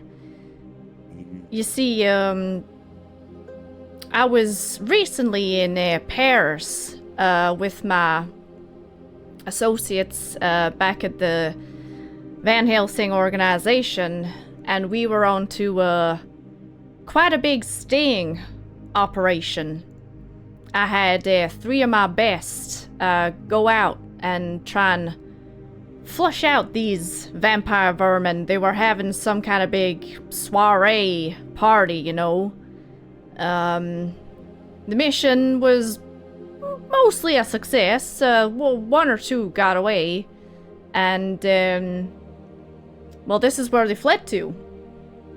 I myself received this, and he picks up a letter. And it's got the VDT insignia scribbled down outside, and it's got a wax seal that's black wax with a vampire bat stamped into it. Very similar to the one you have, Obadiah. And he's like, I got this rather taunting letter from this VDT. We think the VDT is their maker, their leader, and for quite some time now, I've been trying to track them down for well, gosh darn it, for a couple of 100 years now. Ooh. Oh. So remember how before I was saying, Yeah, Van Helsing looks really old, looks human, but has like a really weird kind of like pasty, paley grey kind of pallor to him. mm-hmm. Wait, you said 100 years? But A few hundred. Yeah, I thought humans don't live that long. Damn straight they don't, but well, unfortunately I had quite a nasty run-in with them years back, and well, I suppose I can show you boys now. And he stands up and he takes his scarf off, and he has 2 massive scars that run all the way down his neck. They are, the looks of it, puncture wounds, but massive, as if they were made by something with huge teeth, canines. And he says, I was a doctor. Well, I am. I say I was a doctor. I am a doctor. And my specialist subject was the human body and blood. I was one of the first people to ever do a blood transfusion back in my hometown. Poor girl was dying of tuberculosis, and I saved her. And some people got wind of this, and that was the first time I ever bumped into a vampire. Son of a bitch nearly tore my throat out. Since then, I've made it my life's mission to stop these things, but they're like a disease, you know. I've tried many times to try and purify as many as I can, myself included. And he rolls up his sleeve, and there are puncture wounds all up his arm. I have to do it regularly, or else I think I don't want to think about what would happen if I don't transfuse blood with what the things that I've seen. So, technically speaking, you're a bloodsucker too?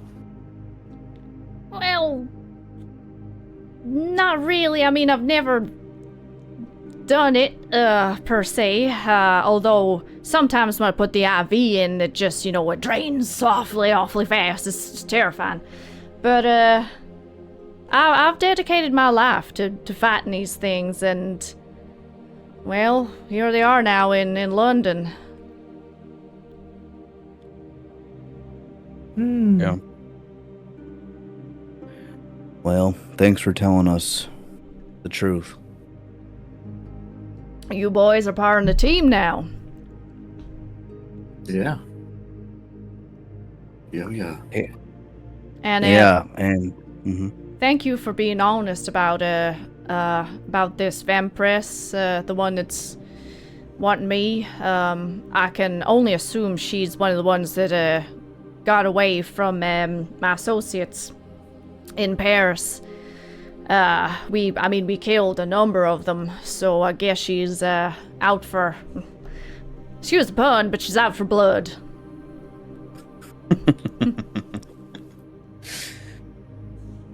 Do you know what the letters VDT means? Do you have an idea? Let's make a roll. All I know is that this VDT, whoever they are, is the one behind all this, pulling the strings in the dark. They tried to set up base in Paris, and we thwarted them there. And now seems as if they're trying to do the same thing here. But I believe with your help we could save London. That's why we're here too. We're ready to plan our final attack. If you're ready, Van Helsing. Oh, I've been ready for a long time. Okay. Well, got some pen and paper? It's game time. So yeah, he goes and he picks up some scrolls, brings them over, and you gave him a copy of the... You gave him the map. Yeah, yep. That Ophelia. Yeah, so he'll bring that over as well, and he's like, well, damn, I haven't dug out my plotting pipe in quite a while, so he... What? So he dips down into a drawer and he brings out this, it's like a black pipe, and it's got skulls carved onto it, and he lights it up. It's got a pipe for every occasion. Oh dear. Oh, I don't know. Martin or Seraphon, have you guys given any thought as to how you want to approach this at all? Have you strategized or? I mean, I don't know. I think if we... The other thing I think of is getting as close as we can to her. And I hope by killing her we can release her hold on the children. And if not, well, I've got my moonbeam, I suppose. But I don't know what else we could do. The numbers seem overwhelmingly in her favor. Yeah. So we have to get to her first. We can't fight through the ship to her. I think if we take Van Helsing to her under pretenses to hand you over, and from that point we spring our trap. Is there anything I can think of? I think a sneaky approach is the best thing we could do. Like sneaking into it and cutting the snake's head off. Yeah. I mean, I know this is strange, but in the forest there, after we rescued Deneth, and when we were resting that night, and we, Fornex came to me, and I learnt new things, and one of them I learnt is, well, I can we can walk on water. What? Yeah, for at least an hour. It might help us. It's, Oh, that comes in handy. That's cool. Yeah. I hope so. I think it's, Fornax gives to you, so I think she did it for a reason. How many people could you grant that ability to? Well, myself and 6 others. I feel is about I could use it That's for. an option. Yeah, it could be. It'll certainly avoid, get around any of the checkpoints. At least on the front end. Well, Yeah. I'll kind of pull out my little satchel of stuff and kind of place on the table some of my things. So you're talking about resources. I mean, outside of my weapons, things that I've been saving up, I still have a potion of mermaid lung. Got a spider legs flask that could be used for climbing up the ship side, possibly. We still have 1 drop drunks. One of us has those. We haven't used that bottle yet. Yeah, that's in here. Okay. And then also, I do have one of those smoke bombs too. Mm-hmm. This I with give the you- silver I shards. give you 1 each. Yeah, we got 1 each. Mm. Yeah, so I have Yeah. 1 myself.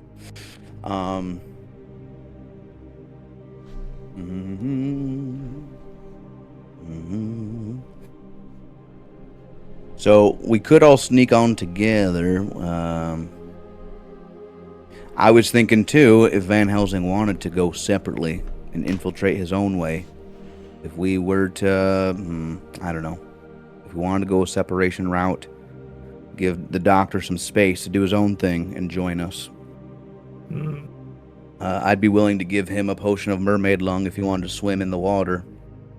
Or, actually, can you breathe in the water, Dr. Helsing? Are you alive, or? Of course I'm alive. I mean, I've got a pulse and I breathe, and that's what the transfusions are for, boy, so I don't turn into one of them. Okay. Now I understand. I understand your condition fully. Okay. I mean, I could always, if you boys are wanting to sneak onto the ship, cause a little bit of distraction around the front. In fact, I could stand in front of that thing and shout at them that I've came for them, if that helps. That does. could. Do you know what the lady vampire would want to do to you? If you were to go in there, do you think she would imprison you? Do you think she would just immediately try and kill you? I think she would take her time, slow-like, enjoy it. Okay. As grim as that sounds, that does. Yeah. Okay. I'll leave it at that. I mean, okay. this room here. So he brings up the map, and there's the bit that Ophelia had circled that says, the kids were in that bit, and he says, that looks as if it would maybe be like a holding cell, or somewhere that you would put people if you wanted to keep them there. Okay. Got it. Do I remember this correctly, DM? If there were coffins labeled VDT in the ship as well, somewhere. And so where Ophelia woke up, she woke up inside a coffin, and when she pushed the lid off and got out, she's seen there were more coffins surrounding her one. And she kind of had a walk through them, and up the back was that kind of room that she says she heard the kids in. Okay. So there's a whole ass coffin room. Okay. Oh. Play out.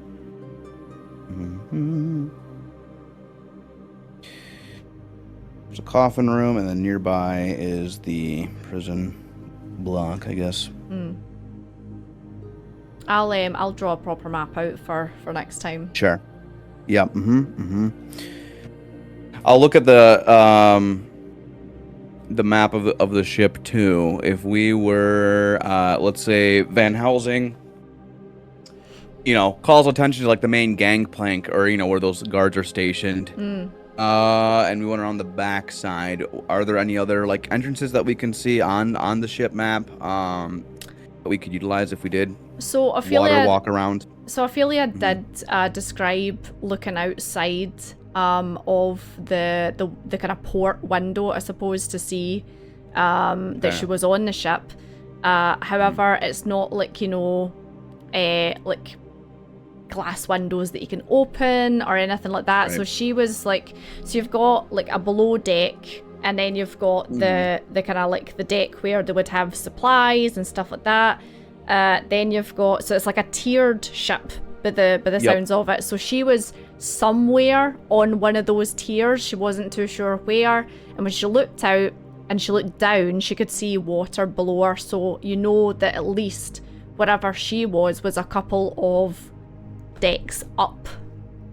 Yep. So you'd have to figure out how to get up onto the ship. Yep. So, and I'm guessing, depending on how big the ship is, there might only be one. Things are usually quite compact. Because I kind of, I don't know, Obadiah was recently on a ship for a few months, traveling across the ocean. Yeah, you were, yeah. I would kind of reflect back my mind palace. And I don't know if there's like usually like only one set of stairs that kind of wrap around the different decks, or there could be multiple. Give me intelligence to see if you can figure out size comparison wise to the ship you came over on and this one, to see if you can figure out roughly like what would be the layout, maybe. You guys see smoke coming out of my ears trying to think. So your ship that you came over on was kind of like a ship that was for bringing goods over, and you managed to kind of like buy your way on to the ship essentially. You couldn't have afforded the cruise liners or the kind of touristy ships, so you basically offered yourself as work while you traveled. So size comparison, the one that you came over on is slightly bigger than this red ship. So your one had a top deck, and then you have just below that the kind of crew deck where people would sleep and kind of like mill about if they were off duty, and then below that was a massive holding kind of bit. So it's hard to kind of like compare the two, but you'd imagine the red ship would have top deck, some kind of deck below that for people, and then maybe one or two compartments underneath that are smaller, more compact. Okay. Sounds like then most of the action's gonna, as I kind of compare it, I know it's not an exact, I might have some details fuzzy, but sounds like our destination's gonna be the middle of the ship. Okay. Unless they're storing the coffins as like cargo. That makes sense, depending on how much they're so could put the coffins in the crew side or in the holding deck. Unfortunately, Ophelia didn't really describe too much of because it was 50-50. Dark. Yeah, it was really dark. Yep. Yeah, that's what Obadiah's thinking out loud. That's so. We're gonna have to get under. Yeah, we'll just have to plan loosely, to not plan too much, and just get in and make our head for the middle and see what we find, and we'll have to suck it and see.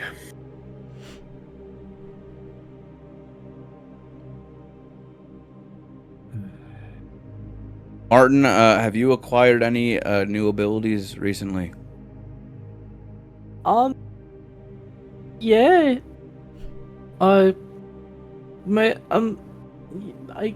I can. He looks a bit like. Okay. How I'm going to tell this? I can draw a circle on the ground, And anybody that is in the circle must tell the truth. Oh. So they cannot lie. They can try to avoid the question, but they cannot lie. Okay. That's quite the skill, Martin. Where on earth did you learn that? Was it that goat? No. No, not from the goat. Philip. It just came to me. Huh. Well, 4next provides. That's good. Oh, Yeah. and also can help you with some. If you try to be sneaky, I can help you to be sneaky. If you want to try to be strong, I can help you now try to be a bit. Yeah, if you, for example, want to bash in a door. Okay. That makes sense. Some encouraging words. That's very, very well done, Martin. Well, these things are talking about it. Well, Obadiah, have you unlocked any secrets of the mind in your mind palace recently? Thinking, practicing at night, fighting phantoms. Before Yeah, Sherlock Holmes, there was Obadiah Sinclair. I'm gonna kind of flex a little bit and be like, I got a little bit. All this action has got me more limber, so I can attack twice as fast now. Oh, You're cool. looking a bit more. Yeah, you are looking a bit more cut. That's good. And I think I see a magical hand on. Yeah, so you're all talking about this, and Van Helsing's summoned Mage Hand, and he's just having a wee head massage just now. Sorry, continue. I hope this isn't putting you off. I just, I had to, I've got a sore head, migraines. Yeah, that's Oh. fine. Actually, well, a few things. I think the since our witch encounter and this mark on my wrist, I think the goat was very pleased, and I will kind of wave my hand, and you guys hear a perfect replication of Van Helsing's voice, saying, "Oh, pardon me, I just got a migraine headache. I just need a massage." But off in like the distance. Oh. Well, wow. What?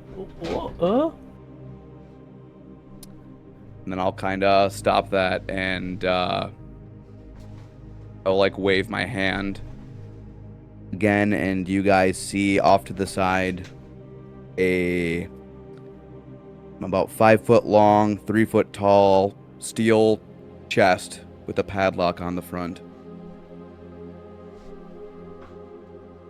Was the chest always there? no, that ain't mine. Attention. Say, Want to check it? be my guest, gentlemen. Yeah. I'll walk over to it and kind of just, my hand passes through it. It's an illusion.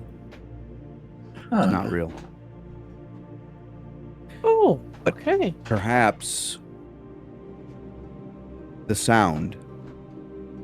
I'll try and think back to the vampiressa's voice. Kind of wave my hand again, and I don't know, try and replicate it like, "Oh, Obadiah, please," like, yeah. beg for it, something like that. And Yeah. it is perfect. It's the exact same as the vampiress's voice, as if she was standing in the room with you. Well, that is quite a town you have there, Mr. Obadiah. I don't believe I've ever met a fire that could do that before. Yeah, it's new since our encounter in the woods. There's a lot of strange things out there. kind of foggy. Mm. It's foggy. Yeah.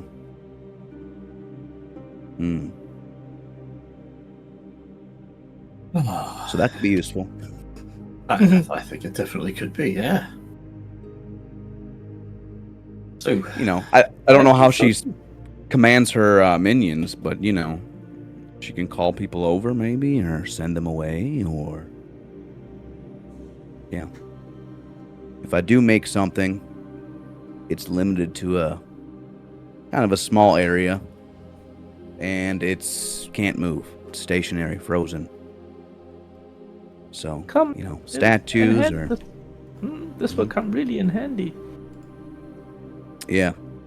And I will do a... Because how tall are you, Martin? Martin is about... Wait a second.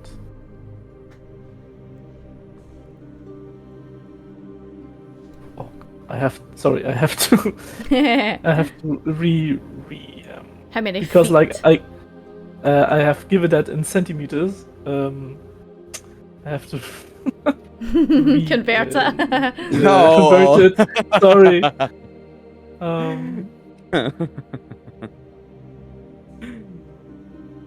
He is 4 feet high. Yeah, 4 feet. Okay. He's So I will really small. I will like wave my hand and like a wax stationary statue of Martin.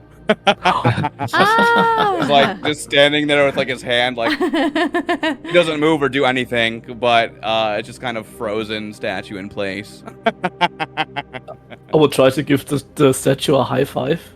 It just passes through. Well, you're full of surprises, Obadiah. That's quite impressive.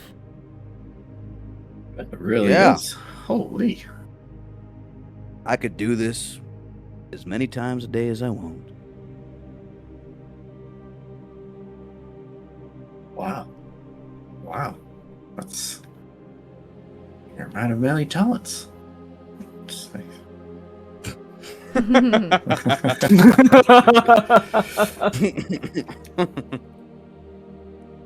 So, as far as a plan goes, I think we should go with what y'all are suggesting.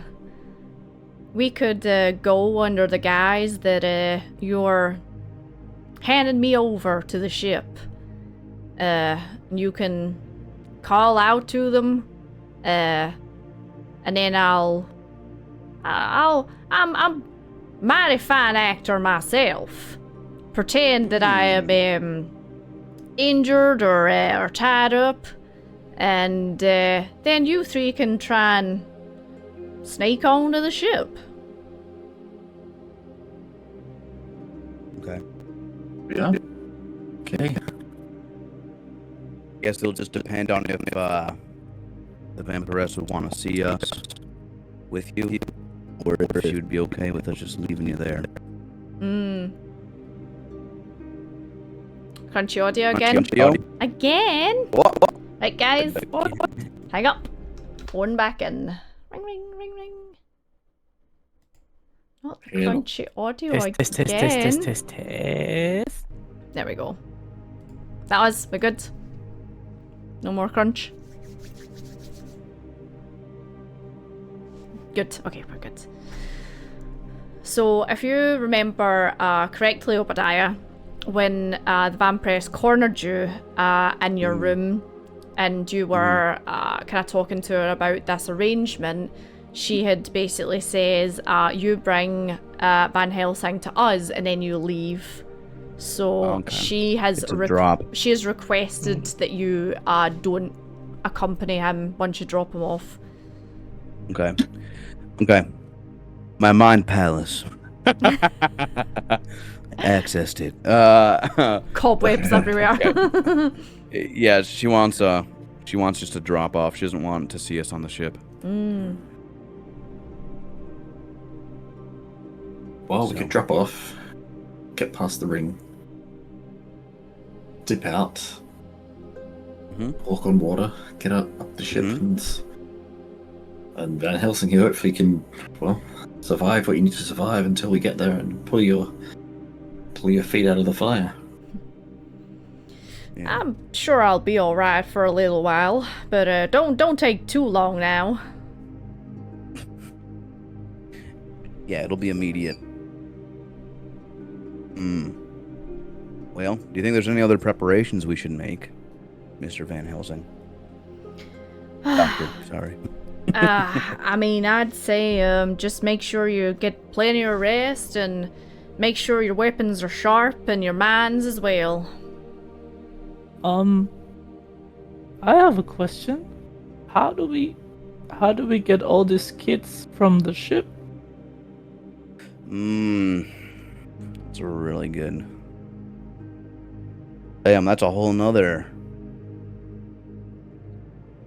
Yep. Well, why don't we speak to... We can go to the Red Dragon. See if they can access any... We've got them on standby. Ready to rescue any kids we can get off the boat down the sides. If they can get boats, maybe. We'll see. Or at the very least, if they have a carriage or some kind of transportation next, that they can bring nearby. Yeah. Yeah. And that brings us to the ship itself. I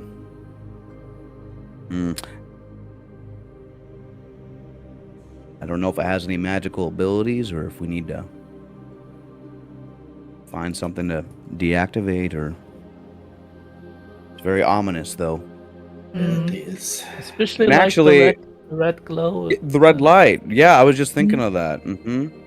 That came from the ship's direction, so I don't know if there's something on the ship magical that causes that, but that needs to be taken care of. Yeah, as well. unfortunately, you haven't really been close enough to kind of have a nosy to see if you can see the source of the red kind of like beam that's kind of coming off it, I suppose. Yeah. Then there's the coffins. Hopefully there's not too many occupants in there. But those should be dealt with as well. We don't want any other creatures of the night to have a home. As far as these coffins are concerned, a quick stake through the heart is the best way to deal with these creatures. And the element of surprise is good as well. If you can flip that lid open and straight in there. Oh. Okay.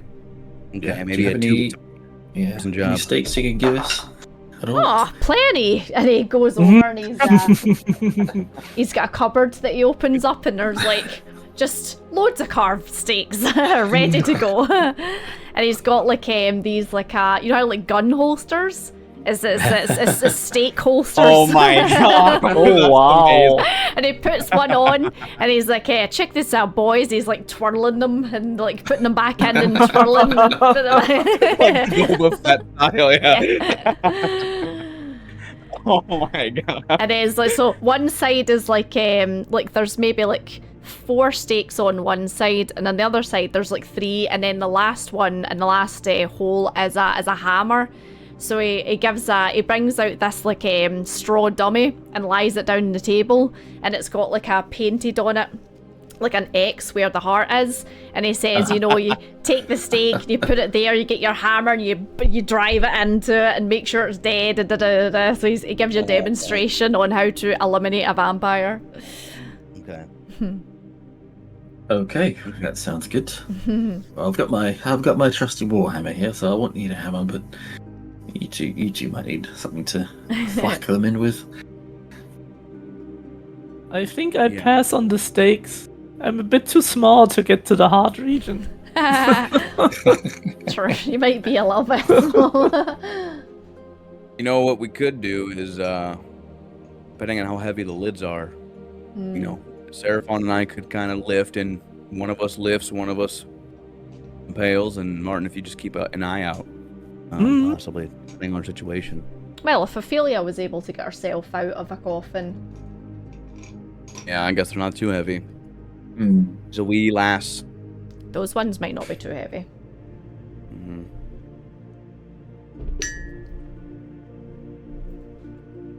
Mm-hmm. I wonder if the children are cursed, like permanently, or with the werewolf disease. Because the charm he has them under might be one thing, but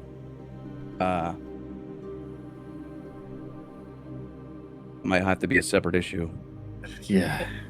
Maybe if we going to defeat them, maybe we can also free the children from this charm and this curse. Mm-hmm. Maybe it's Mm-hmm.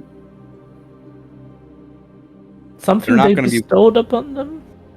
Yeah, and the kids are not going to be willing to come with us until he's dealt with. Yeah, she'll just call them back. She has to be destroyed. Well, I'm afraid I don't know too much about werewolves, unfortunately. I've only heard about certain plants that can help, but... Yep, be sure to pack that in tight. I got bit a few times. That. Oh, you've been bit, have you? Oh. Yeah. Nightshade. Okay, use the nightshade. Yeah, maybe we should also get some nightshade before we head in. I think actually you have a supply because not that time, but the time before, when you were on the roads and Obadiah get bit. Martin, I think you. Yeah, you got some, Martin. Yeah, so you've probably got a small bag full at this time. Bag of nightshades. just keep on you. Ooh. Okay.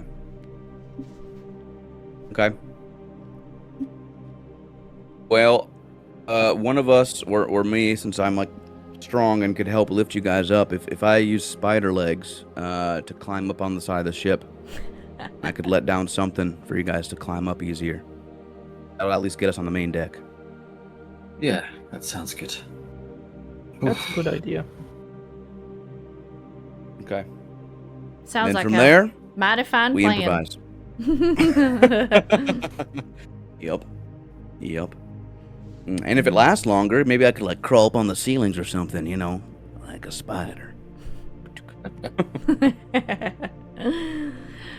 So yeah, you spend the rest of the evening plotting and planning with Van Helsing, and the tiefling comes down every so often and kind of like gets his drinks or like kind of brings down some bread or whatever. And I think that's a good place to take a little break. You've spent probably half a day at this point plotting with Van Helsing, so it's probably around like 2 o'clock, 3 o'clock, something like that, by the time you're all done there.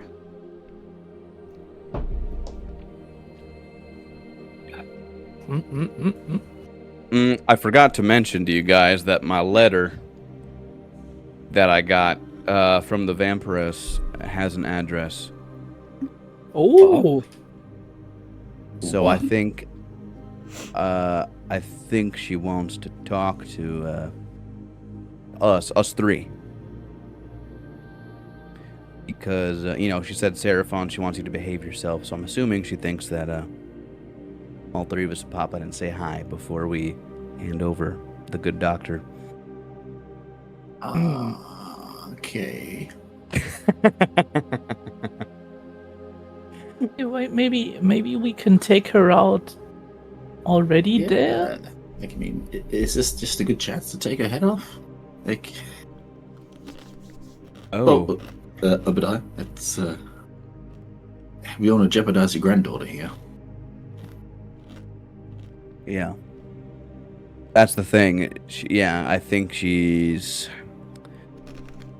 have something in place.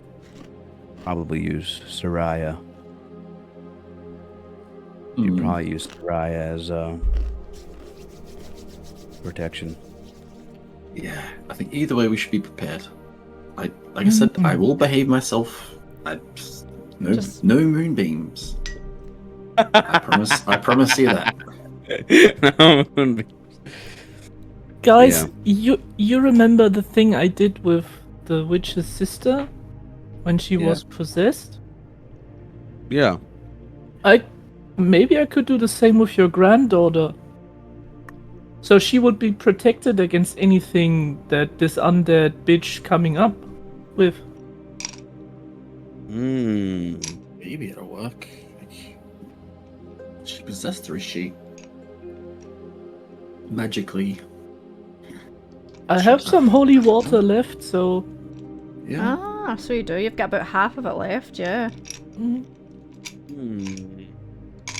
Martin, by the way. Yes, ma'am.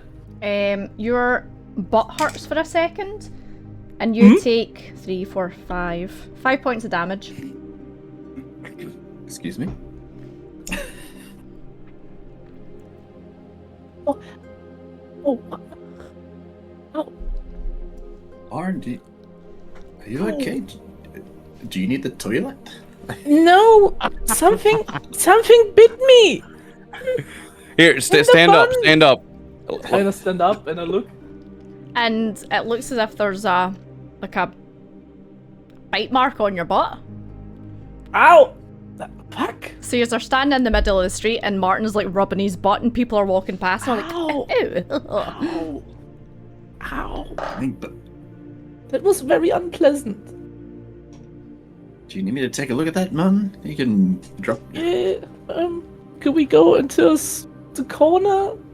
Yeah, It's yeah. been Let's very go down this dark. Let's go down this dark alley. So yeah, Let's go down the dark alley and let's take a look. pull Martin into the corner and his trousers have got like teeth marks in them. The heck? Did you see anything? This? No. No, I didn't see anything. I'm gonna like check my mouth to see if like I turn into a dog and bit him on the ass accidentally. Is there any taste of trouser in my mouth? No, there's not. And as Okay. you are having this discussion, Martin, you take another 3 points of damage as your side quickly gets bit. What? Oh! Ow, guys, something is here with us. It's bit me in the side. What? Yeah. Reach out and feel. Are you patting him down? Yeah. Hold on, Obadiah. Let's see. Uh-oh. If I can feel anything in the air around him and touching him. So it's that then. Right, so... And then... Okay, Obadiah, you take 13 points of piercing damage as something that bites you. And you pull your hand away and you've got big teeth marks all around your hand and wrist. You're like, ow! I'm going to minute. My God. Hold a minute. My butt? I'm going to take a look at this weird runic bag I acquired from Nixon X. Make a dexterity saving throw for me as a tongue lashes out from the bag and goes to slap you across the face. Oh, and you managed to get out the way. Hold on. Let's see. Oh, your AC is 15, isn't it? Yeah, it's 15. So you managed to duck out the way, but then the tongue comes back and wraps itself round your neck and is currently strangling you. And I'd like you all to roll for initiative as you see teeth and eyes pop out of this bag. Oh no! I'll drag it over to. It's probably this. This map's the best one. As oh god, why is that so bright? Why is that so bright? Absolutely not. Get the dark on there. I don't need these ones anymore. These would have been the tokens if you were doing that. Let's see. So I can delete. And I can, let's see. Delete and delete. So this would have been the map if you were doing the silver heist, but since you're not doing it anymore, we can use this one for this battle, I suppose. as a mimic bag pops up. Gosh. Oh my god. Oh no. Just make. Let's see. And It's on Martin, no. yeah, Martin, if I you always pop wanted- yourself down. I always wanted a mimic bag. Well, mimic bag you shall have. Let's see. So this thing is currently got its tongue wrapped around your neck and is trying to strangle you. My god. I need to roll for the mimic. Okay, it didn't roll too high. So initiative. So Seraphon, Martin, Obi, if you give me initiative. Oh, yeah, let's see. So Martin, you'll be first. Martin. And then it'll be Obi. And then it'll be Mimic. And then it will be Seraphon. Okay, so Martin, you're up first, and you are currently being strangled by this mimic. I wanna try to. God. My strength is not the best, but I don't know if you've noticed, but I was like rolling and rolling and rolling, and I kept on rolling low, and I was like, I'm not hitting his AC, and then eventually That's kind of cute. The picture of those just trying to nibble him. I'm trying Just a little to. kiss in the butt. So I have to roll on strength saving throw to get away from the grapple. yeah. Correct? Okay, I would give it a try. You have to beat its strength, which is 13. Oh. And you can't break it. The tongue is like wrapped around your neck a couple of times, and it's like almost tied itself in a knot. Can we not simply talk about it? And it's like Oh, you can see it's like you say that and it gets tighter. It's like. Oh no. Are you wanting to do anything as a bonus action or? Yeah, I want to try to get semi-incorporeal. Okay. So at least I get some resistance against his biting attacks. Absolutely, you've got the bow on you, so you can do that. Okay, and that was it. Go! Right, Martin, Obi, we're on to you. So Martin is currently being strangled by this bag that's attached to him. Funny, so in the end, a bag is going to kill me. So the first bag doesn't succeed it, and the second is going to try to eat me. Well, I mean, you have a history with bags, what can I say? Yeah. Okay, the first thing I'm gonna do, I'm gonna use my bonus action. Do second wind. Ooh. Ooh, nice. So Yeah, because it crit on you? It took a chomp out of you. Yeah, it took a good, nice, healthy dose. So that's almost 9 plus my fighter level, so I get 14 hit points back. Excellent. Okay, that takes me back to max. So, shit. And then I'm gonna charge forward, and I am going to kind of like shake my head, and like I feel like a burning in my hand, and I think like about sulfur. And then I'm gonna run forward. Smell it. Yeah. Give a character a point of inspiration. Absolutely. Marble, who would you like to give it to? Marble. Thank you. It needs it. Thank you, Marble. I definitely need it. Okay, and then I'm gonna do a 15-foot cone. Burning hands. Burning hands. Okay. So Hold you your need to hands make out. it needs to make a dexterity 14 saving throw. Okay, so its dex is not too bad. Oh, it passes. Yep. So 18. So it's a half damage then? Yep, so it's gonna take half of 3d6. So Okay, give it to me. roll that out. So it takes 13 divided by 2.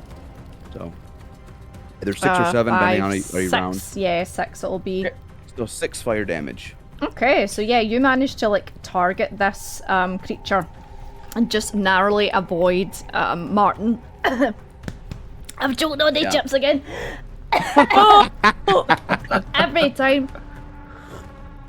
And you see it singe the side of this bag as it wraps its tongue tighter around Martin's neck. Oh shit. Do you want to do anything else? Yeah, I just kind of look at my hand and shake it off and be like, what the fuck? Your hands then I'll, sting. Yeah. It's the end of my turn. That'll be it. Okay. Martin, the mimic is gonna continue its grapple on you. And with its mouth, it's gonna try and take a chomp out of you. So let's see. That is 13 plus... What's plus 5, so that'll hit you. And you are gonna take 4, 5, 6, 7, 8, 9, 10 points of piercing damage. Jeez. So But- 10 points, but resistance halved, so 5. Yep. 5. Okay. Okay. And that's all it can do. It's just gonna maintain its grasp on you. Ugh. So we're on to Seraphon.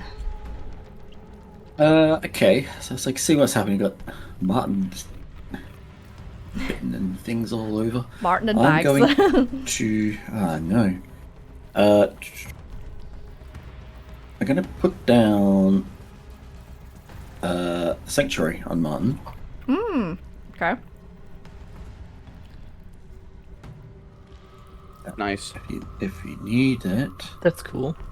So we'll do... Oops.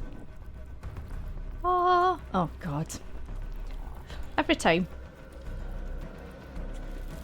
Go to draw a circle and I always draw a line. Right, hold on. Line. That's my bonus action. There we go. We'll say that's Sanctuary then. Yeah, cool. It's a bonus action, Sanctuary. I will now Sacred Flame on said bag of bullshit. So I need to make a dex saving throw for Sacred Flame, isn't it? Bullshit, isn't it? It's a wisdom. I like that too.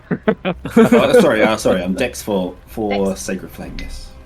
Oh, I think that makes it so 17. Yes, that'll beat 14. Oops. So that's Half the damage then. I'll do a D8.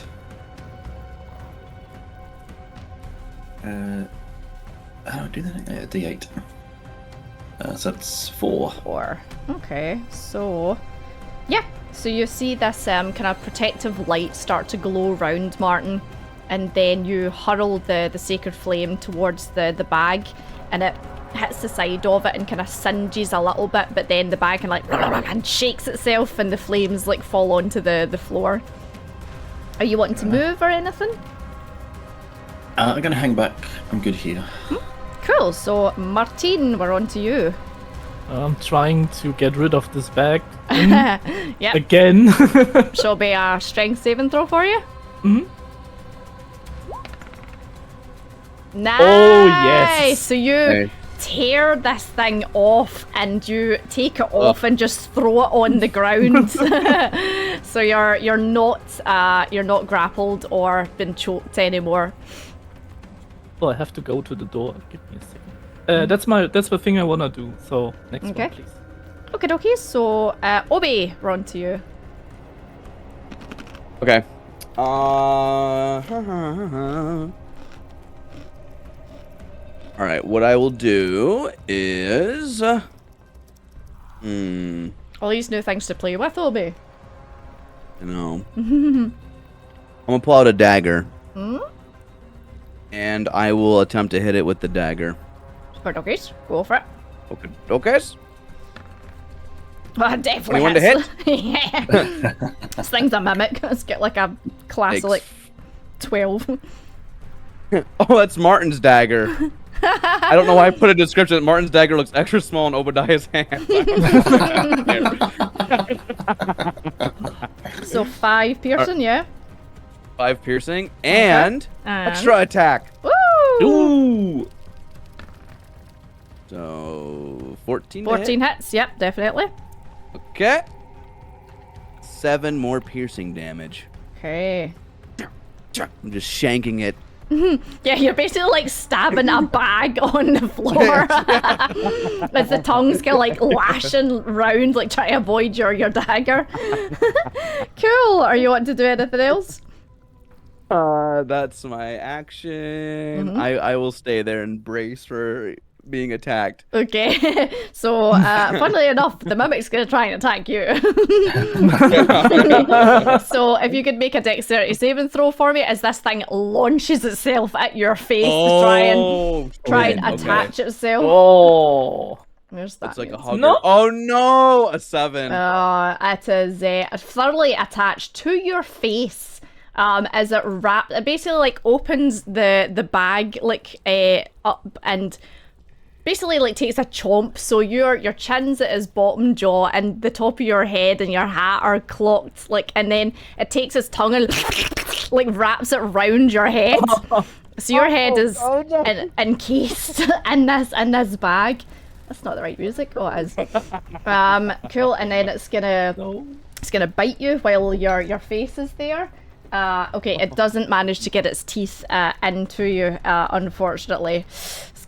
Try and bite your face. If it missed, I'll use my reaction. If I can. I don't know if I'm incapacitated. And I would attack say it. if you're gonna try and attack it, it'd be at disadvantage because you're technically blinded a little bit because it's like it's on your face. Yeah. So you don't want to like stab yourself in the face.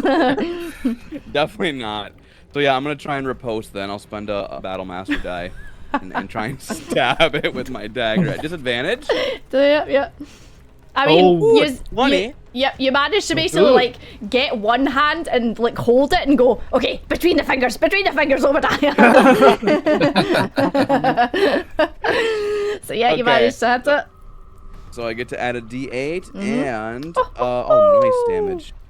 Oh yeah. Okay, so 16. Wow, max damage on both. So 16 piercing damage with my reaction. Okay, yeah. Nice so one. you managed to kind of like position your fingers and like stab through it essentially, and you hear it kind of get and kind of like screech a little bit, but it's basically like screeching into your face. It's horrible. Oh shit!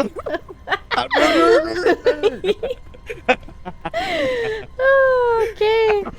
Are you wanting to do anything else? Well, that was my reaction. So it's its turn still. All right, okay, yeah, it's fine. Yeah. So that's its turnover. I tried to bite in it, but missed. So Seraphon, we're on to you. Okay. Let me see what I can do here. It's gonna. I was wondering how long the mimic was gonna last.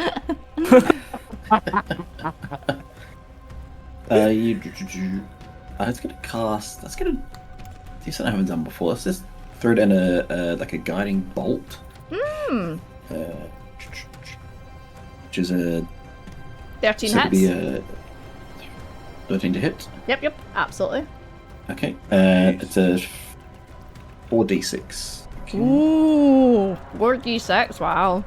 Oh, wow. That's- Yes, that's fine. Obadiah, as these bolts That's hit 18. you, it feels like you're getting punched in the face. Because mimics are kind of like soft and squishy because they're like malleable. So it's like you feel the first one, you went bam, and you're like ow, and it's like bam, bam, bam.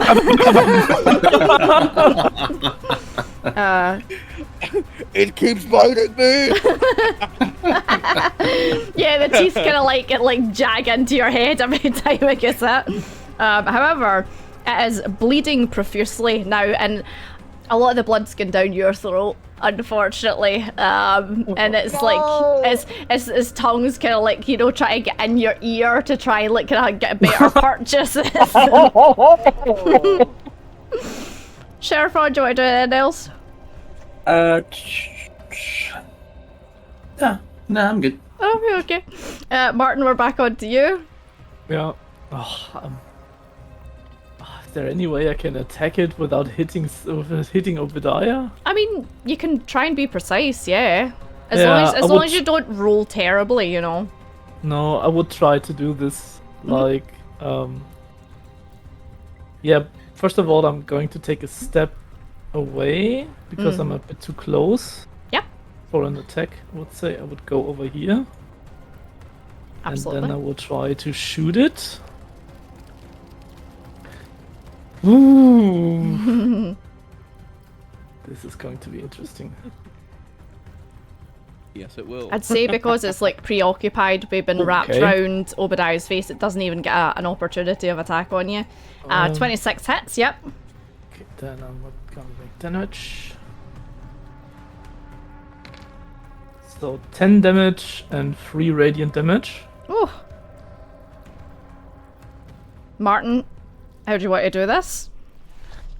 As this, Okay, as you see the tongue like kind of come round and try and like down Obadiah's throat. Okay, here's the thing I want to try to do. I want to not try to kill it. So first thing I want hit it with an arrow so that it comes a bit loose, and then I will get trying to get it out of Obadiah's face.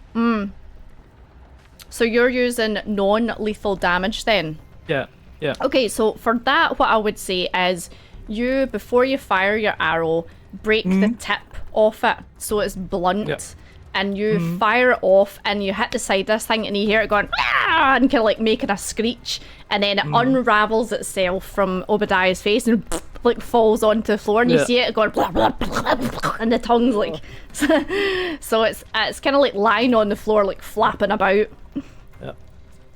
And then I put a new arrow on the bow and then standing over it and says, "Behave or I kill you." Oh, now mimics, contrary to belief, are pretty intelligent creatures. They, as they kind of like get older, kind of become more sentient. So wisdom, let's see. Yeah, okay. Oh please. Okay, so it kind of like, you know, and kind of like slaps your bow a couple of times, and then just kind of goes and goes and blows a raspberry at you. See? We're all friends here. And looking at Obadiah, are you okay? Yeah, I'm just like feeling like it's blood or whatever dripping down my throat and its tongue. I kind of like bend over and just all this nasty. purpley gooey kind of stuff comes up, and it's horrible, and the mimic kind of turns around and is like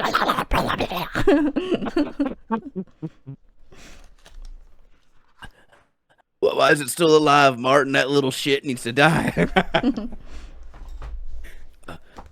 Actually, I find it pretty cute. And even the mimic kind of goes, "Ooh." I'm throwing him a ration, like here. Oh, and immediately it's like kind of like slobbers it up. I will put you on again. Be nice. Okay, and I try to put it like it is a bag. So you pick it up now, and it kind of goes. Be nice. Give me an animal handling check, because technically it's kind of like an animal. It's ridiculous. Oh dear. Okay. Where is it? Oh yeah, here. Sorry. Try to tame the mimic. I've never seen this before. Okay, so you pick it up initially and it growls at you, but you then bring out the jar of honey and you open it up and you stick your finger in and you're like, and it kind of goes, and then be nice, be nice, and it kind of gives you a half-hearted kind of like growl, and then just kind of like shakes a little bit and then turns back into a bag. Good boy. You hear it kind of like at your side. Be a quiet mimic. Oh my god. Oh dear. Well, It's like a cat. It's like purring. In battle, I can throw it at the vampiress. Well done, you've acquired a mimic. Well done. Oh, that's so funny. Holy shit.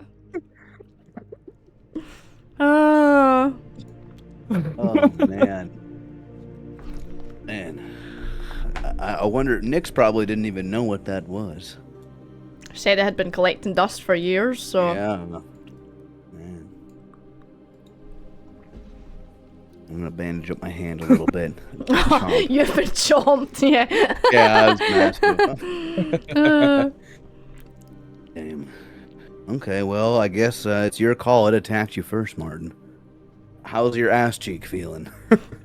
Stingy. It hurts. It still hurts, but it's okay. Okay. So well, every hour, every half an hour, I would give the mimic a bit of honey. Okay, that'll significantly help with rolls later on if you're wanting to do anything with it. Yep.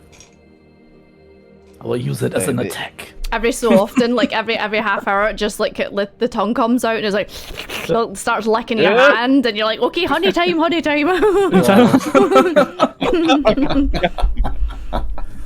Obadiah, you look at it and he goes, I will call you Philip. You are Philip, the mimic bag.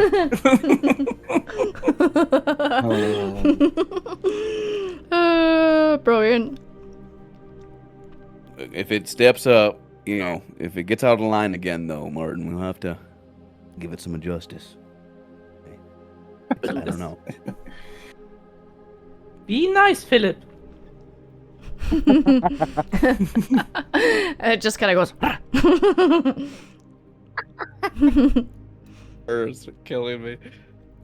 I have to say, at this point, a dream as a player come through because I always wanted a mimic. Oh, in some really? ways.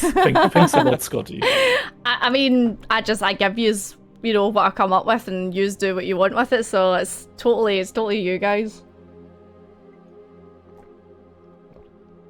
So yeah, yous are walking through the streets with your new acquired mimic pet, and it's probably around like 6 o'clock, something like that now. So the streets are starting to quiet down. A lot of stalls are shutting, shops are shutting. You see people kind of heading home and stuff like that. Do we want to go to the house or the Red Dragon? I think we should get. I'd like to visit the Red Dragon. I think it'd be good to even just update on what we know about the kids. I think she would appreciate that. And so from a geographical sense, the Red Dragon, the Mahjong parlor, is on the way to the nicer district where the fancy houses are, where Reginald's address is. So it would be logical to go there first. Yeah, okay. Okay. Well, we'll have to change again, because they're very picky. Yeah, I'll have my gray suit. Ooh, your fancy grey suit. We are curly hairs popping out the front. Yes, One small question. Mm-hmm. The mimic is still bleeding, isn't he? Because of the attacks. Okay, I will try to heal him. Yeah, that's. I mean, you can take a little bit of time, and as you're spoon feeding him honey, you're kind of bandaging him up and stuff like that. Yep. So yeah, he's okay. Okay. I'm saying it, like the mimic. Do mimics, Who's a good boy? do mimics have a gender? I don't know. How do mimics reproduce? I think it is okay because I don't think that they have a gender or something. Yeah. So yeah, you take a bit of time, you bandage it up, and you see the wounds kind of close over as it becomes the bag again, So it's okay. And how are you two? Are you two a bit sore? I'm fine. Yeah. I'm normal. I think I can sit for a while. Oh dear. Well, let me just help you out here. I'll just... Phonics. Grace us with your healing heart. And your spells on this thing. Please heal our friend, the dear Martin. So it's a prayer of healing for, well, you and Obadiah and the bag. Oh. I think actually the bag, including the bag. I think the bag has the most amount of hit points, to be honest. How many hit points have you all got? The bag is our new tank. I have 47. 47. Yeah, 44, yeah. Yep, that's got I have a 51. lot more HP than you guys.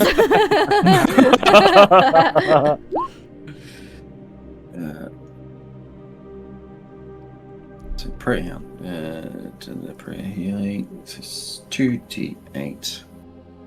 Rolled it in the it rolled it in the chat box, Visceral. Oh, I did. 7, yeah. So 7 health each Nice. for everyone. Let's make a wee note of that. Recovery, I should say. Amen. Not temporary. Okay, dokies. So yeah, Yes. the mimic, after getting a wee boost of health as well, just kind of like snuggles in and just kind of. I can't. See, Philip, we are not so bad at all. Oh, my You're God. nice. Oh dear. Alright, well, I better get changed to... One of the eyes pops open and he kind of looks right at you, Obadiah. Oh. Gives you the stink eye. Oh. Watching you too. Oh man. Okay, yeah. So we'll switch clothing and approach the Red Dragon. So yeah, this place is very much the same as I couldn't sleep with that thing around, says Mike. Yeah, I wouldn't either. So this district, the pleasure district, is as lively as always. Like this is always like where people come to relax and have a drink or go and see a show and stuff like that. And you kind of hear the lace skirt. They've obviously got a show playing. You kind of hear gentlemen and ladies like crying and shouting and stuff like that.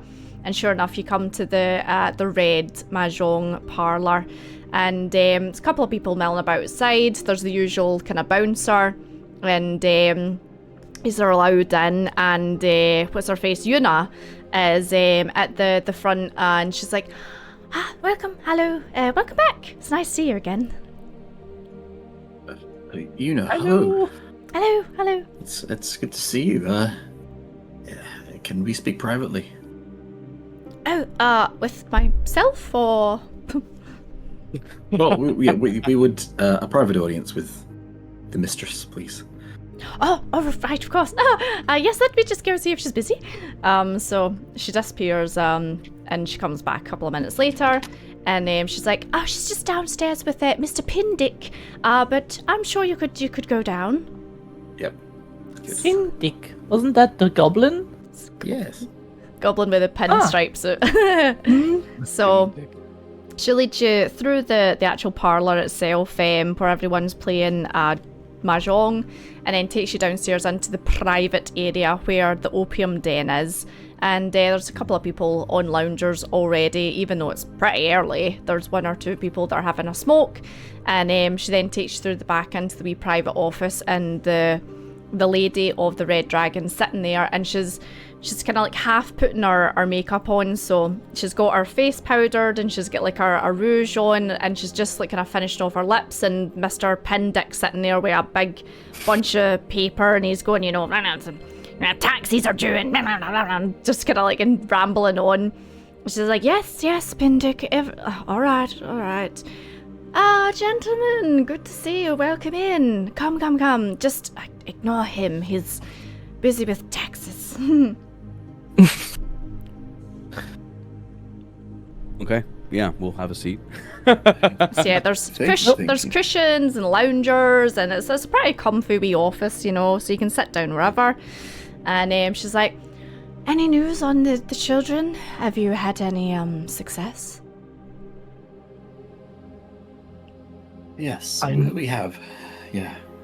I nod. Excellent. Well, we've tracked them down. We've tracked them all down. They're on that ship. That's where they all are. That's what they're all being kept and, well, changed. What do you mean by changed? Well, they seem to be being transformed into half people, werewolf. They're wearing black armor, obsidian armor. I guess that's the terrible thing that they're doing in there, but that's what they all are, all the children. That's absolutely ridiculous. You're... Come now. Is this some kind of cruel joke? Can't expect me to believe that. Unfortunately, it's no joke. We saw that. How a child turns herself into a werewolf and turn back. And we also know who's responsible for that. So as you are saying this, you hear a kind of like a couple of footsteps like run behind you, and turn round and Himitsu's there, and he's like, Oh. "No, you're lying. They're not werewolves. Don't say things like that, Mum. Tell them not to say that." Mom? Wait. Yeah. You didn't know that? We knew this. We knew that. Oh. We knew that. Okay. Martin is just like, Holy crap! has a brain fart. Yeah. Yeah, Hamitsu, I'm sorry, but it's true. As a cleric of Twilight, I have an ability, a spell that I cast, and it reverts any beasts or creatures back to their original forms. I cast it on one of these obsidian knights, and it reverted back to its original form, which was the sister of Tiny Tim. You know him, the paper boy. Yes, this was on the road out, just on the outskirts of London, about a week ago. So, I'm Amitsu, sorry. having heard this, goes over and kicks over Jessica. Pindix like papers and kind of like bumps the table and is like, "You're a liar! You're lying!" And then runs out and slams the door behind him. This must be hard for him. I'm sorry, we're all taking this rather hard, but you have to understand a lot of his friends went missing. Yes, but I understand. But we know who they are, and we know we can get them back, and we know we can change them back. All right. So what's the plan? Well, Yeah, go ahead, Seraphon. well, as a group, we're going to hand over a colleague of ours, Mr. Van Helsing, who's wanted by the head, or at least the vampiress that we've met, as a decoy. That's to get him onto the boat, and then we're going to sneak ourselves onto the boat and attack and hopefully remove the head and free the children and kill any other vampires that are present there, and lift this pallor off London and get these children back. That's our plan. It's rough and it's not many moving parts, but that's, I think, best. Less things to go wrong. We will need help to get the children away. If there's anything you provide, boats or carriages, lookouts, anything that'll help us get the kids away safely. So yeah, absolutely. So you spend a bit of time and you go through your plan step by step. And she essentially says, like, any help that you need, you'll receive. So she basically says that she'll bring as many as the girls that work at the what do you call it? I was going to say Domino House. Mahjong parlor down to the dock the day or night that you are planning this assault on the ship.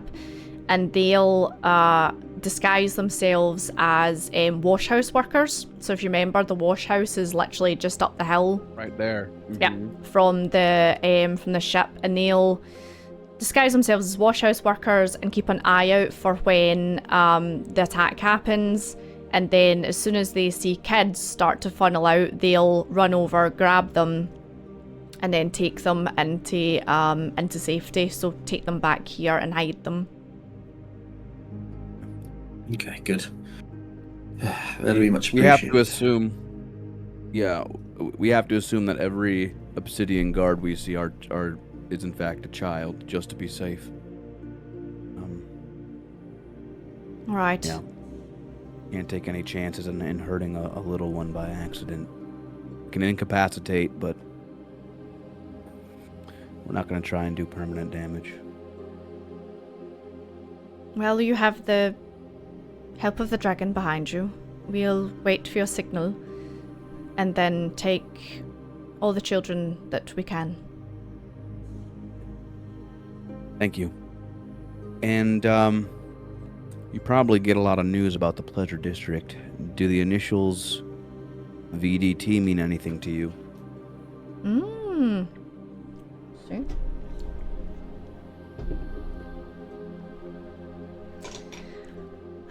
I think I've maybe seen a carriage or two, but I'm afraid not.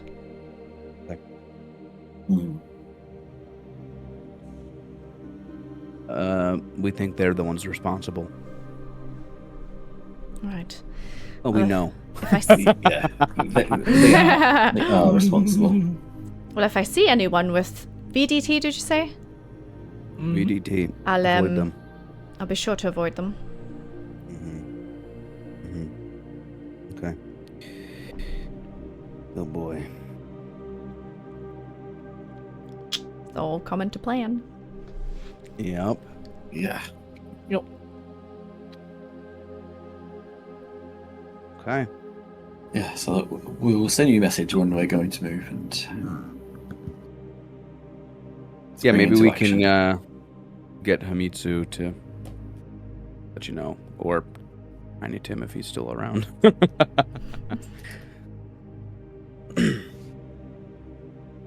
Okay. Thank you, my lady. We are going to bring them back. Mm-hmm. So Yep. she thanks you all very much, and just says, like, send word when you can, and we'll be ready. Okay.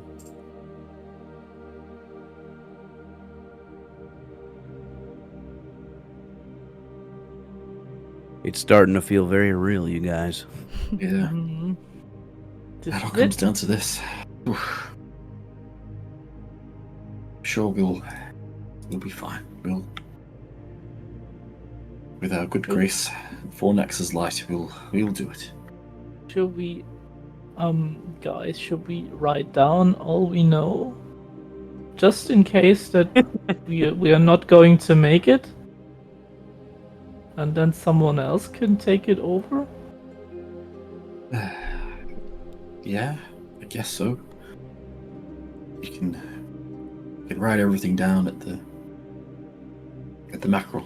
And Hmm. Yeah, I think maybe Zolog. He could start something possibly if we fail.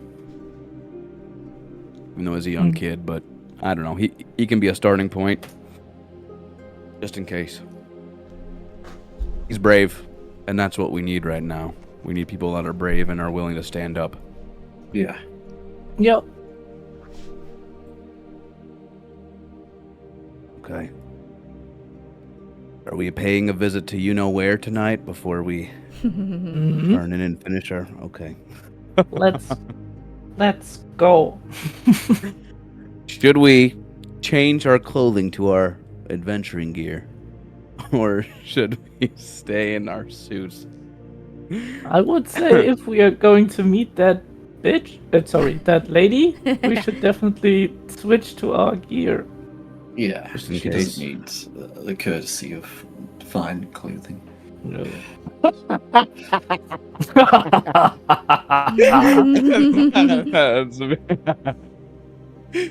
That's like the most offensive thing Seraphon can do. I'm not wearing my dress clothes for you.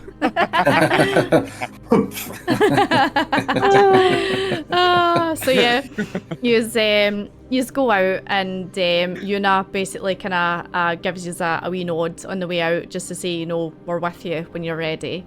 And yous go through the streets and this is actually the first time I think any of yous have been in this district. So yous have never been in the kind of nice residential district before. So this is all large, kind of like white marble houses with kind of fenced off gardens round the front, round the back.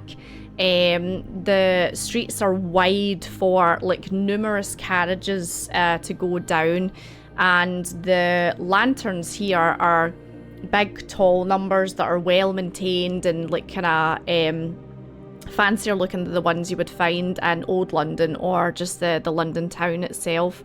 And takes you a little bit of time to find the right address, but it's on some like Ponce named street, like, you know, Diamond Road or something like that, you know. But eventually you find this large kind of like 3-story house, and it's got a big front garden with trees. There's like a centerpiece that's like a fountain. There's you know, it's like there's actually like a gated bit at the front. It's so fancy. Wow. Oh wow. Yeah, this is. Yeah. I mean, you remember Obadiah. Yeah, you remember your daughter saying, oh, you know, Reginald's got money and he comes from a wealthy family and stuff like that, but you've never seen opulence like this before. This is like almost disgustingly rich, I suppose is the way to put it. I had no idea he came from this. You know, yeah. Back at my home, it's drastically different than what he's known. You know, living out in the middle of nowhere in a tiny house. Very rugged. Yeah, I can definitely see why he wasn't keen on staying. Yeah, he kind of like came to you and visited your house once, and like almost like put a hanky down on the seat before he sat down on it, before your daughter kind of like gave him a look as if to say, don't be rude, you know.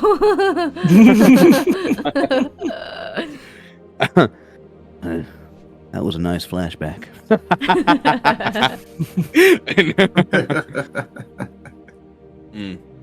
Okay. Well, I mean, we can let her know that we're bringing in Van Helsing, or that he'll be stopping by tomorrow. Or when are we doing this? Tomorrow? Mm-hmm. Okay. Yeah, I guess. Jeez, I guess so. Okay. Yeah, my sword will be done. I don't know if we're waiting on it. I don't know if we're waiting on anything else, but yeah, we can start tomorrow afternoon. We can let her know that he'll come at, maybe sundown. I don't know, but there's no sun. Moon up.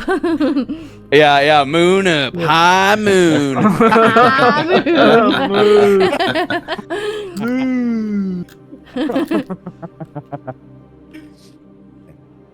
I think the less that we share, though, the better. Just let her know he's coming tomorrow at high moon. Okay. I'm taking deep breaths, and I will approach. Yep. Reach forward. Is there like a knocker, or I don't know what's the fancy? So to get into this place, there's a gate at the front that you open up and close behind you, and it's a kind of big, it's like a long walk to the front door. So you've got this kind of like pebble stone path that's cut into the garden, and then you've got this massive like kind of fancy looking fountain bang smack in the middle. And as you three are turning round the fountain to kind of continue on to the door, you see two dogs, Dobermans, larger than Daisy, and the two of them, when you approach, kind of like get up onto their legs and like don't move, but they just kind of get up and look at you when you are coming over.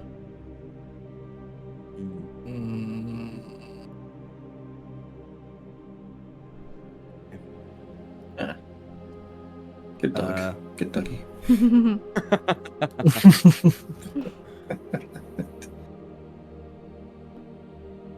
And give them a wide berth.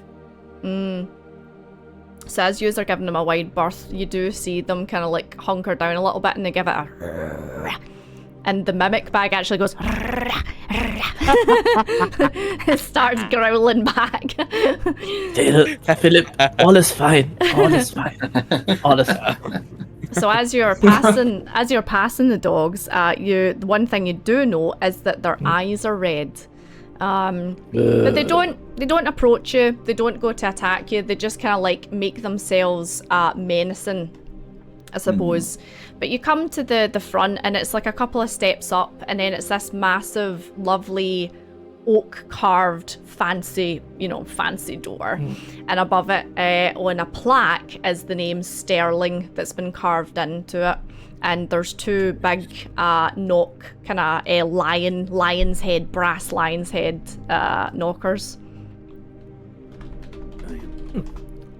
Two of them.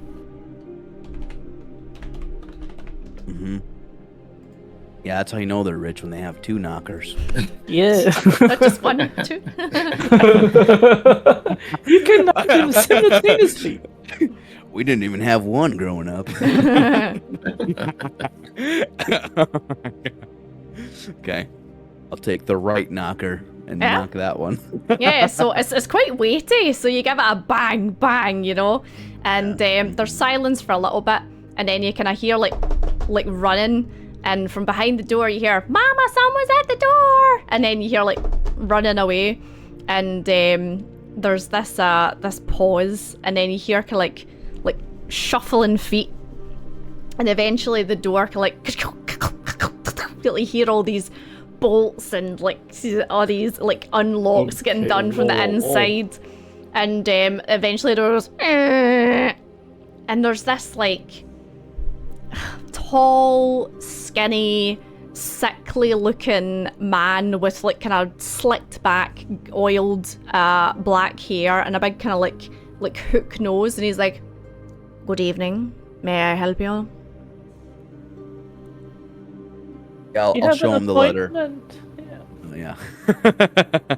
Oh. I'll show him the letter that I received. So he takes his he's got a wee pocket, and he pulls out these tiny wee glasses, round glasses, and he puts them on, and they fall all the way down to the end of his nose, and he's like, "Mistress is expecting you, of course. Come in." And he kind of lets you in and closes the door behind you. And this house is just disgustingly fancy.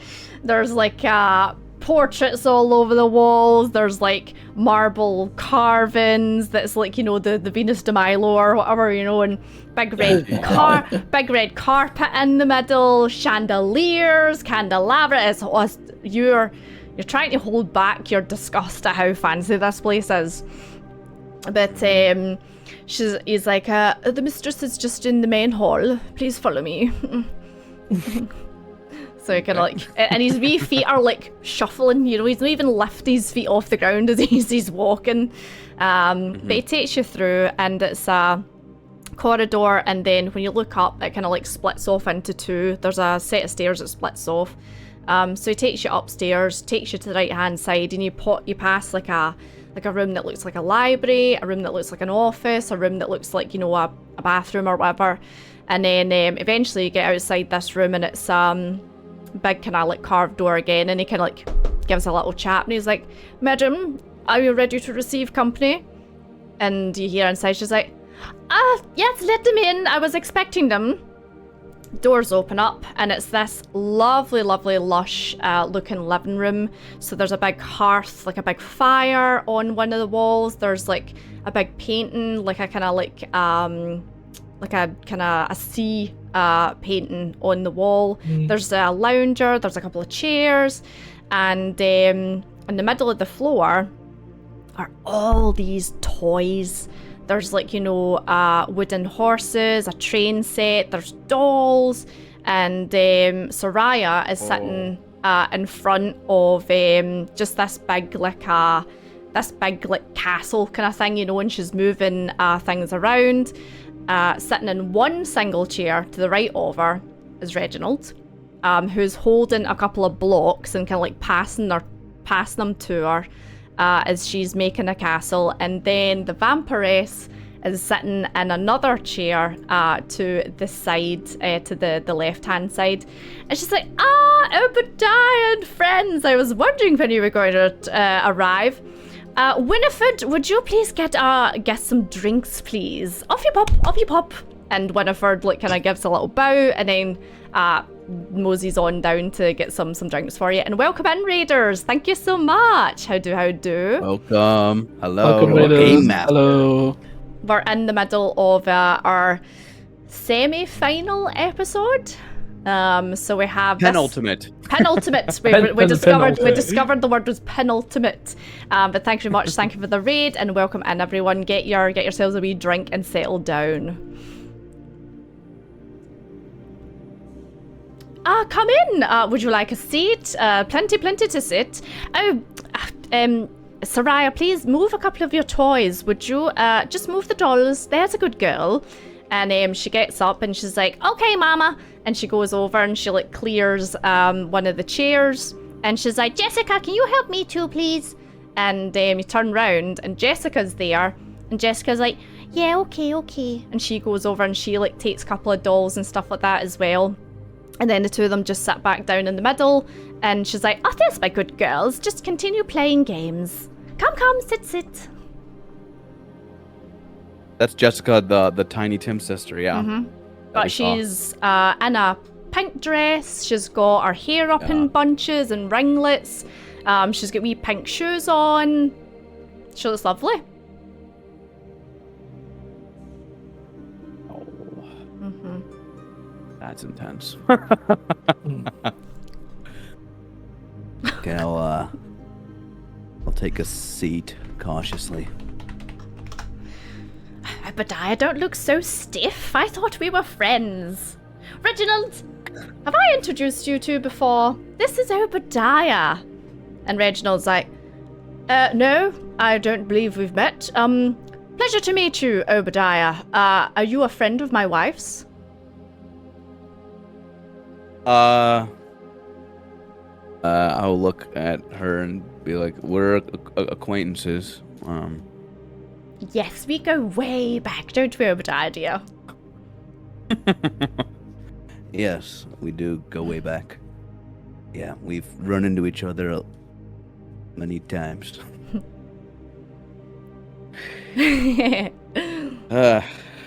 Nice to meet you, Reginald. So you sit down, and Martin, Seraphon, are you two sitting down? You stand awkwardly. I would stand. Yeah, because that's like fine. this whole situation's like I'm not trusting. I mean, you're as far as I can throw her, and I can throw her very far. I mean, you are technically in the wolves' den right now, you know. Yeah. So I don't blame you. I'm just gonna stand behind Obadiah. Yeah, that's fine. You two can be scary bodyguards, you know.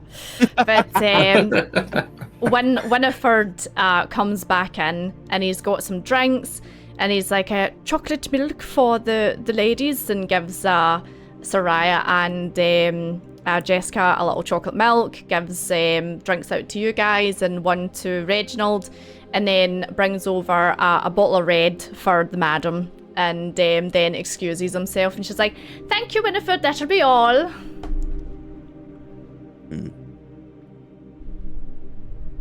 Thank you for the drink. Oh, you're welcome. I will take a sip. What is this, tea? So, I mean, she would assume that you're a drinker, so it's probably whiskey. Oh. Yeah. Oh, shit. Okay. Yeah, she assumed correctly. Seraphon, you've got a nice kind of like floral tea, and Martin, you've got a kind of like a, I don't know, like a wee honey beer or something like that. Yeah, more honey. I would put the mug or glass on a table and then just trying to ignore it as good as possible. Like make a roll. Yeah. Oh, so she's like that. Oh, come now, you don't think I'd poison you, do you? You never know. So, when is your- the exchange happening? Yes, the exchange. Got your letter, and we met with him today. Oh, goody. He's coming tomorrow at high moon. Oh, hi, Moon, yes.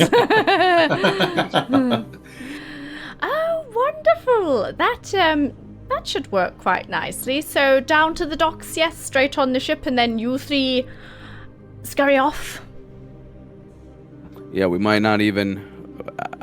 He can escort himself. I don't want to be there. Willingly. I mean, it's a bit strange coming from Van Helsing. I think he knows who we are.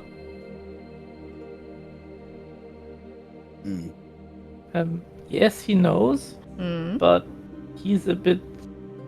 His concern are the children. So. Oh, of course, the poor, poor children. Girls, aren't you so upset to be here? And the two of them turn around with chocolate milk, like, all round their faces, and are like, "What was that, Mama?" And the other girls, the other little girl's like, "Huh? What? The chocolate milk's lovely, thank you." So how do you do this, if you don't mind me asking? Oh, give me a persuasion check.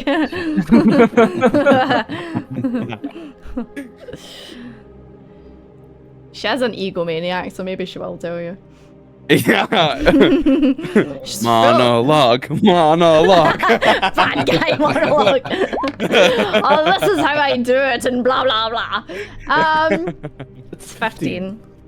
So she's like, darling, I know I might look as young as the morning, but believe me, I am older than all of you combined. You have no idea the things I can do, the things I have seen, and the things that I will do in time when London is ours.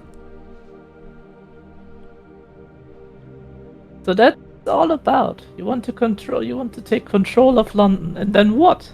I mean, I did Turn want it to into take... a vampire city? I did want to take control of Paris, but that Van Helsing made sure that that wasn't happening. We're just looking for somewhere to settle down. Make a family, you know? Mm-hmm.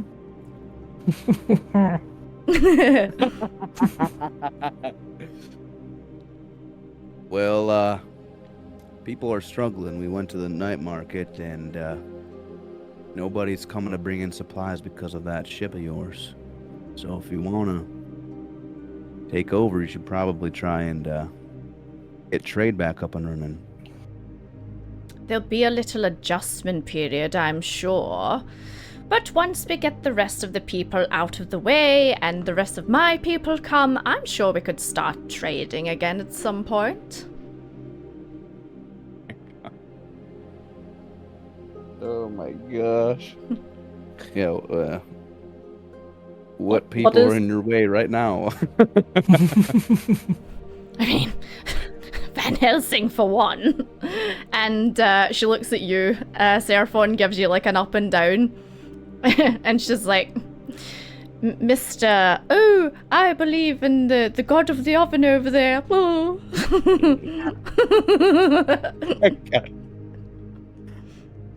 He's promising to behave himself. I know, isn't it so fun? Look. Fornax's moonlight will reveal the depths of your folly for everyone to see. I'm sure it will. Soraya! Come here, darling. Come. So she gets up and she goes and she like sits on the lady's lap and she's like, now, Soraya, your memory, and she hits her on the nose, is a little bit foggy, isn't it, dear? And Soraya's like, uh-huh. Now, you can't remember much before you came to live with Mummy, can't you? And she's like, mm-mm. And she's like, well, remember that handsome man that came to visit us the other day? And Soraya's like, yeah, what's his name again, Mama? And she's like, Mr. Philip, Mr. Black Philip, do you remember him? He was awfully nice and says he knows your grandpa, darling. And she's like, she knows my granddaddy? Yes, she does. And you see that man over there? And she points at you. And Soraya looks at you and she's got big doe eyes. That's your granddaddy. And you see Soraya wailing up. And she's like, oh, granddaddy? Yes, don't you want to go and give him a cuddle? Mm-hmm. And she jumps off and runs over to you and throws herself at you. I'll take her.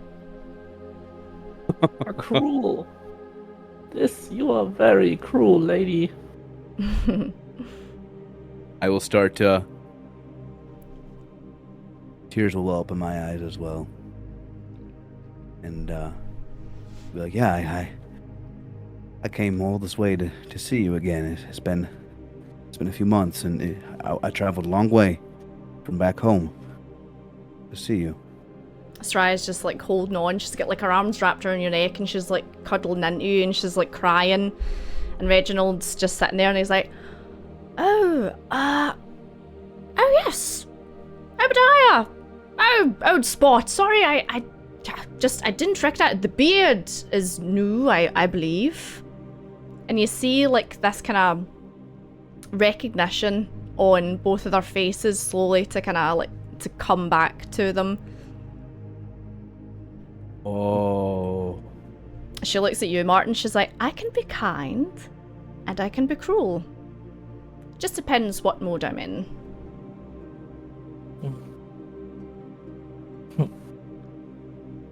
So, if you are in this kind mode right now,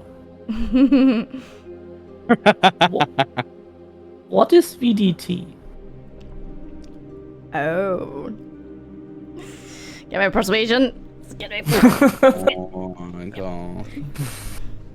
Let's see if I can do this now. Well, in the end, I can always throw Philip at her face. You haven't. Oh, another 15. What would she be willing to divulge about VDT?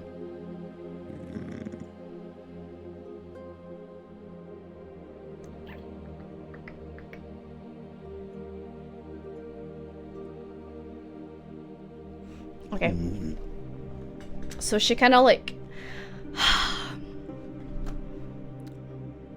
I am honestly not that different from you, dear. I came from nothing.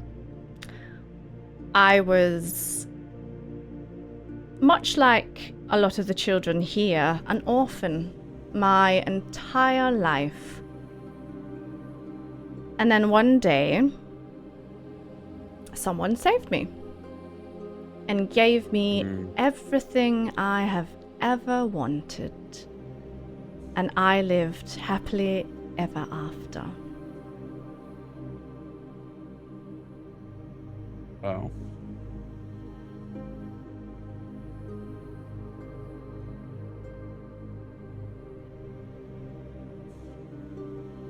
When will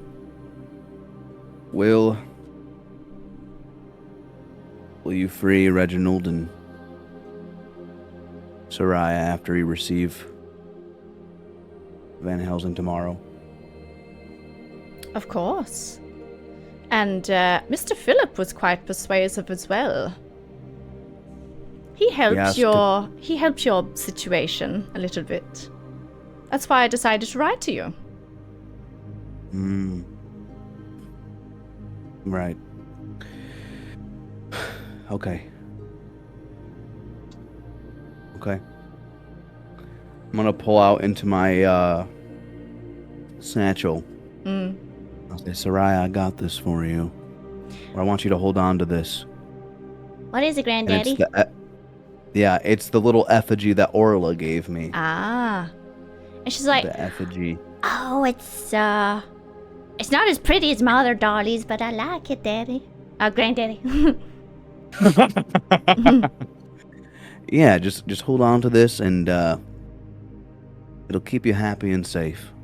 Okay? Okay. And it's from your old grandpappy. Mama, can I show Grandpappy my pony?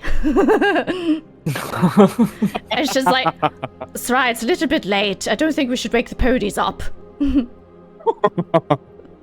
Oh, you have a pony? Pony is plural. Wow. Wait, I got a few ponies. Okay. Well, tell you what, maybe tomorrow, I'll see you again and you can show me. Okay, Granddaddy. And the woman goes, all right, I believe it's past your bedtime. You too, Jessica. Come. So she gets herself up and takes Soraya back off you and grabs Jessica. And she's like, I'll just be a moment. And takes them away out to bed, I suppose. And Reginald just kind of like sits back and lights up a cigarette and just kind of sits and smokes. Oh god, this is awkward. I'll kind of look at him and say, like in a hushed voice, like, Reginald. Yes, old spot. You do remember me? Yes, I believe we met. Oh gods, where was that? In the Americas. Yes, it was in the Americas.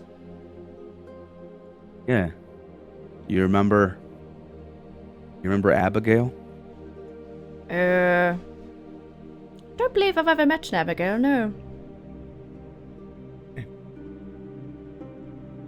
I want to be in my granddaughter's life again. That's why I came out here, and we'll have some talking to do.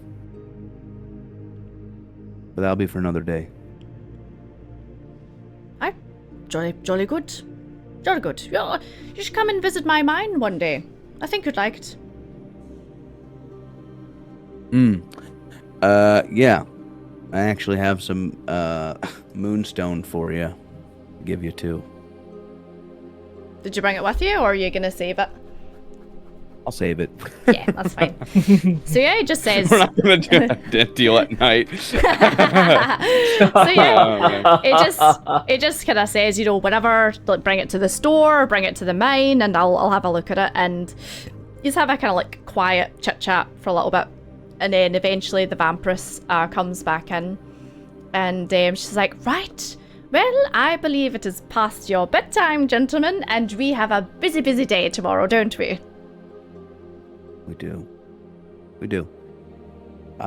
Should I come back here tomorrow or I'll be probably at the ship all day tomorrow, so I'll see you there. Okay.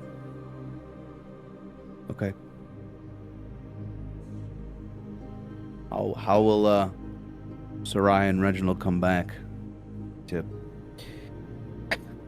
You don't plan on keeping them, right? So she goes over to Reginald and puts her hand on his shoulder, and you see his eyes kind of go like this kind of milky colour for a second, and she's like, don't worry, dear. Once I'm done, I'll let you have them back. Isn't that right, Reginald? And Reginald just kind of goes, Huh? What? What was that? Sorry. Kind of like, like shakes his head and his eyes kind of come back. Hey. See you soon. I'll stand up. Winifred will see you out. Winifred! And the wee kind of like shuffly feet come back in, and he's like, "Ma'am, I see them out. That's them." And he just kind of like, asks you to follow him downstairs. Very well. So yeah, he takes you downstairs, bids you farewell, and locks the door behind you as you leave. And you hear like all the locks going again. And the two dogs are sitting at either side of the porch, and they just kind of like look at you as you pass, and the red eyes just kind of like, it's eerie. They follow you like in the night as you just walk past the fountain and then out through the gate, and then you close the gate over behind you.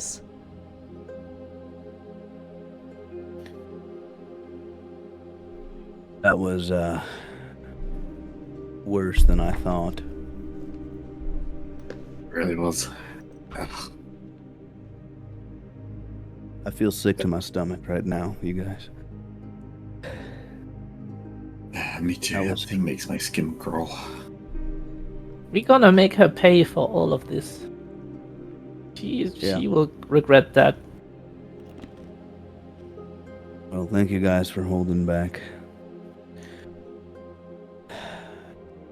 Yeah, I don't know. It's like a piece of them was there, but not all the way. Yeah.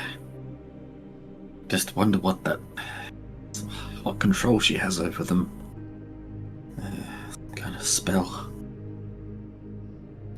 VDT's spell, and I think VDT probably taught her or something. He or she or them. They're a person that, that they're a person that saved her. Mm.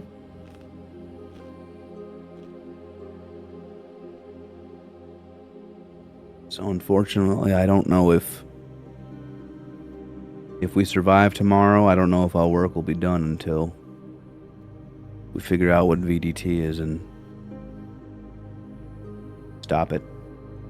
That's why I thought maybe it's good to write all down, so that someone else can take up the work.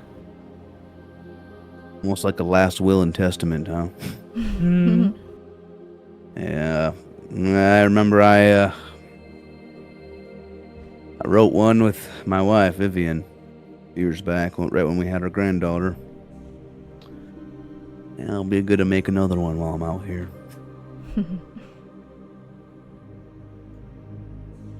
We are doing this together. Yes, we will. And I hope I wouldn't want, Yeah.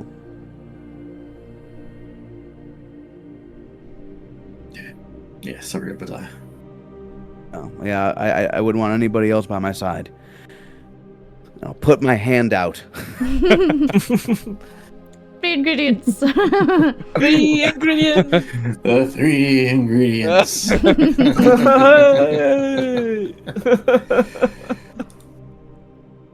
If we make it back in time, we might be able to get one last good midnight dinner at the Mackerel. Martin just bolts off. Wait. So yeah, he's travel back through the streets, and by this time the streets are pretty quiet. It's coming up to like maybe 10 o'clock, 11 o'clock at night, and yous have a kind of like very somber tone to your walking back, because you've realised that this is the kind of the breath before the leap, You're about to plunge into something potentially that could be deadly, and that some or all might not make it back from. You've tried your best to understand what you're going up against, especially with having no prior knowledge of vampires, werewolves, the occult, devils, fiends, stuff like that. But still hope. You still believe that you can do it. So you get back to the mackerel, and the mackerel, when you arrive, is pitch black. Oh no. Which is really, really unusual because they don't lock up and they don't blow the candles out until, like, 12 o'clock. Yeah. I'm trying the door. Isn't Door's right. unlocked. Guys, maybe we should take our weapons? Yeah, weapons out. So, Oh no. you slowly walk in, and the place is eerily silent. And you hear a couple of, like, scuffles and kind of like hushed voices in the background. Ambrose?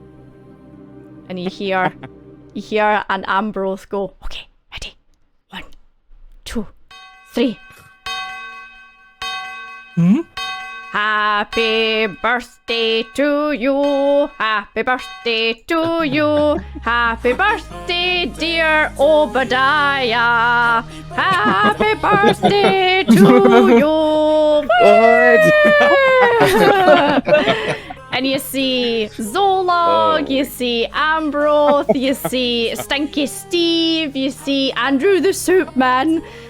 You see, you see Hugh, you see the twins, you see Mr. Grimlord's made an appearance, which is very unusual. You see Puck and Fuck, you see the two, you see everyone you bumped into. When they're like, happy birthday, you! And Ambrose suddenly like, wait, did I get the date wrong? I think did you not say it was soon, and I think it's today, isn't it? I'll go along. It's like, yes, yeah, you guessed it right. Oh my god! Hey, happy birthday! And they've got they've got a big cake for you. They're like, blow out the candles. The Stinky Steve's like, yeah, blow out the candles.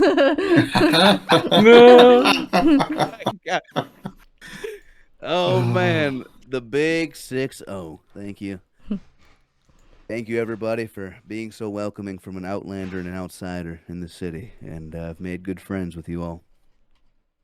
So, here's to at least a few more years. Yeah, it's a lot of candles. That's a lot of candles. Blow them out. Secretly wishing for this hell to end tomorrow. And we shall end the session there. Wow.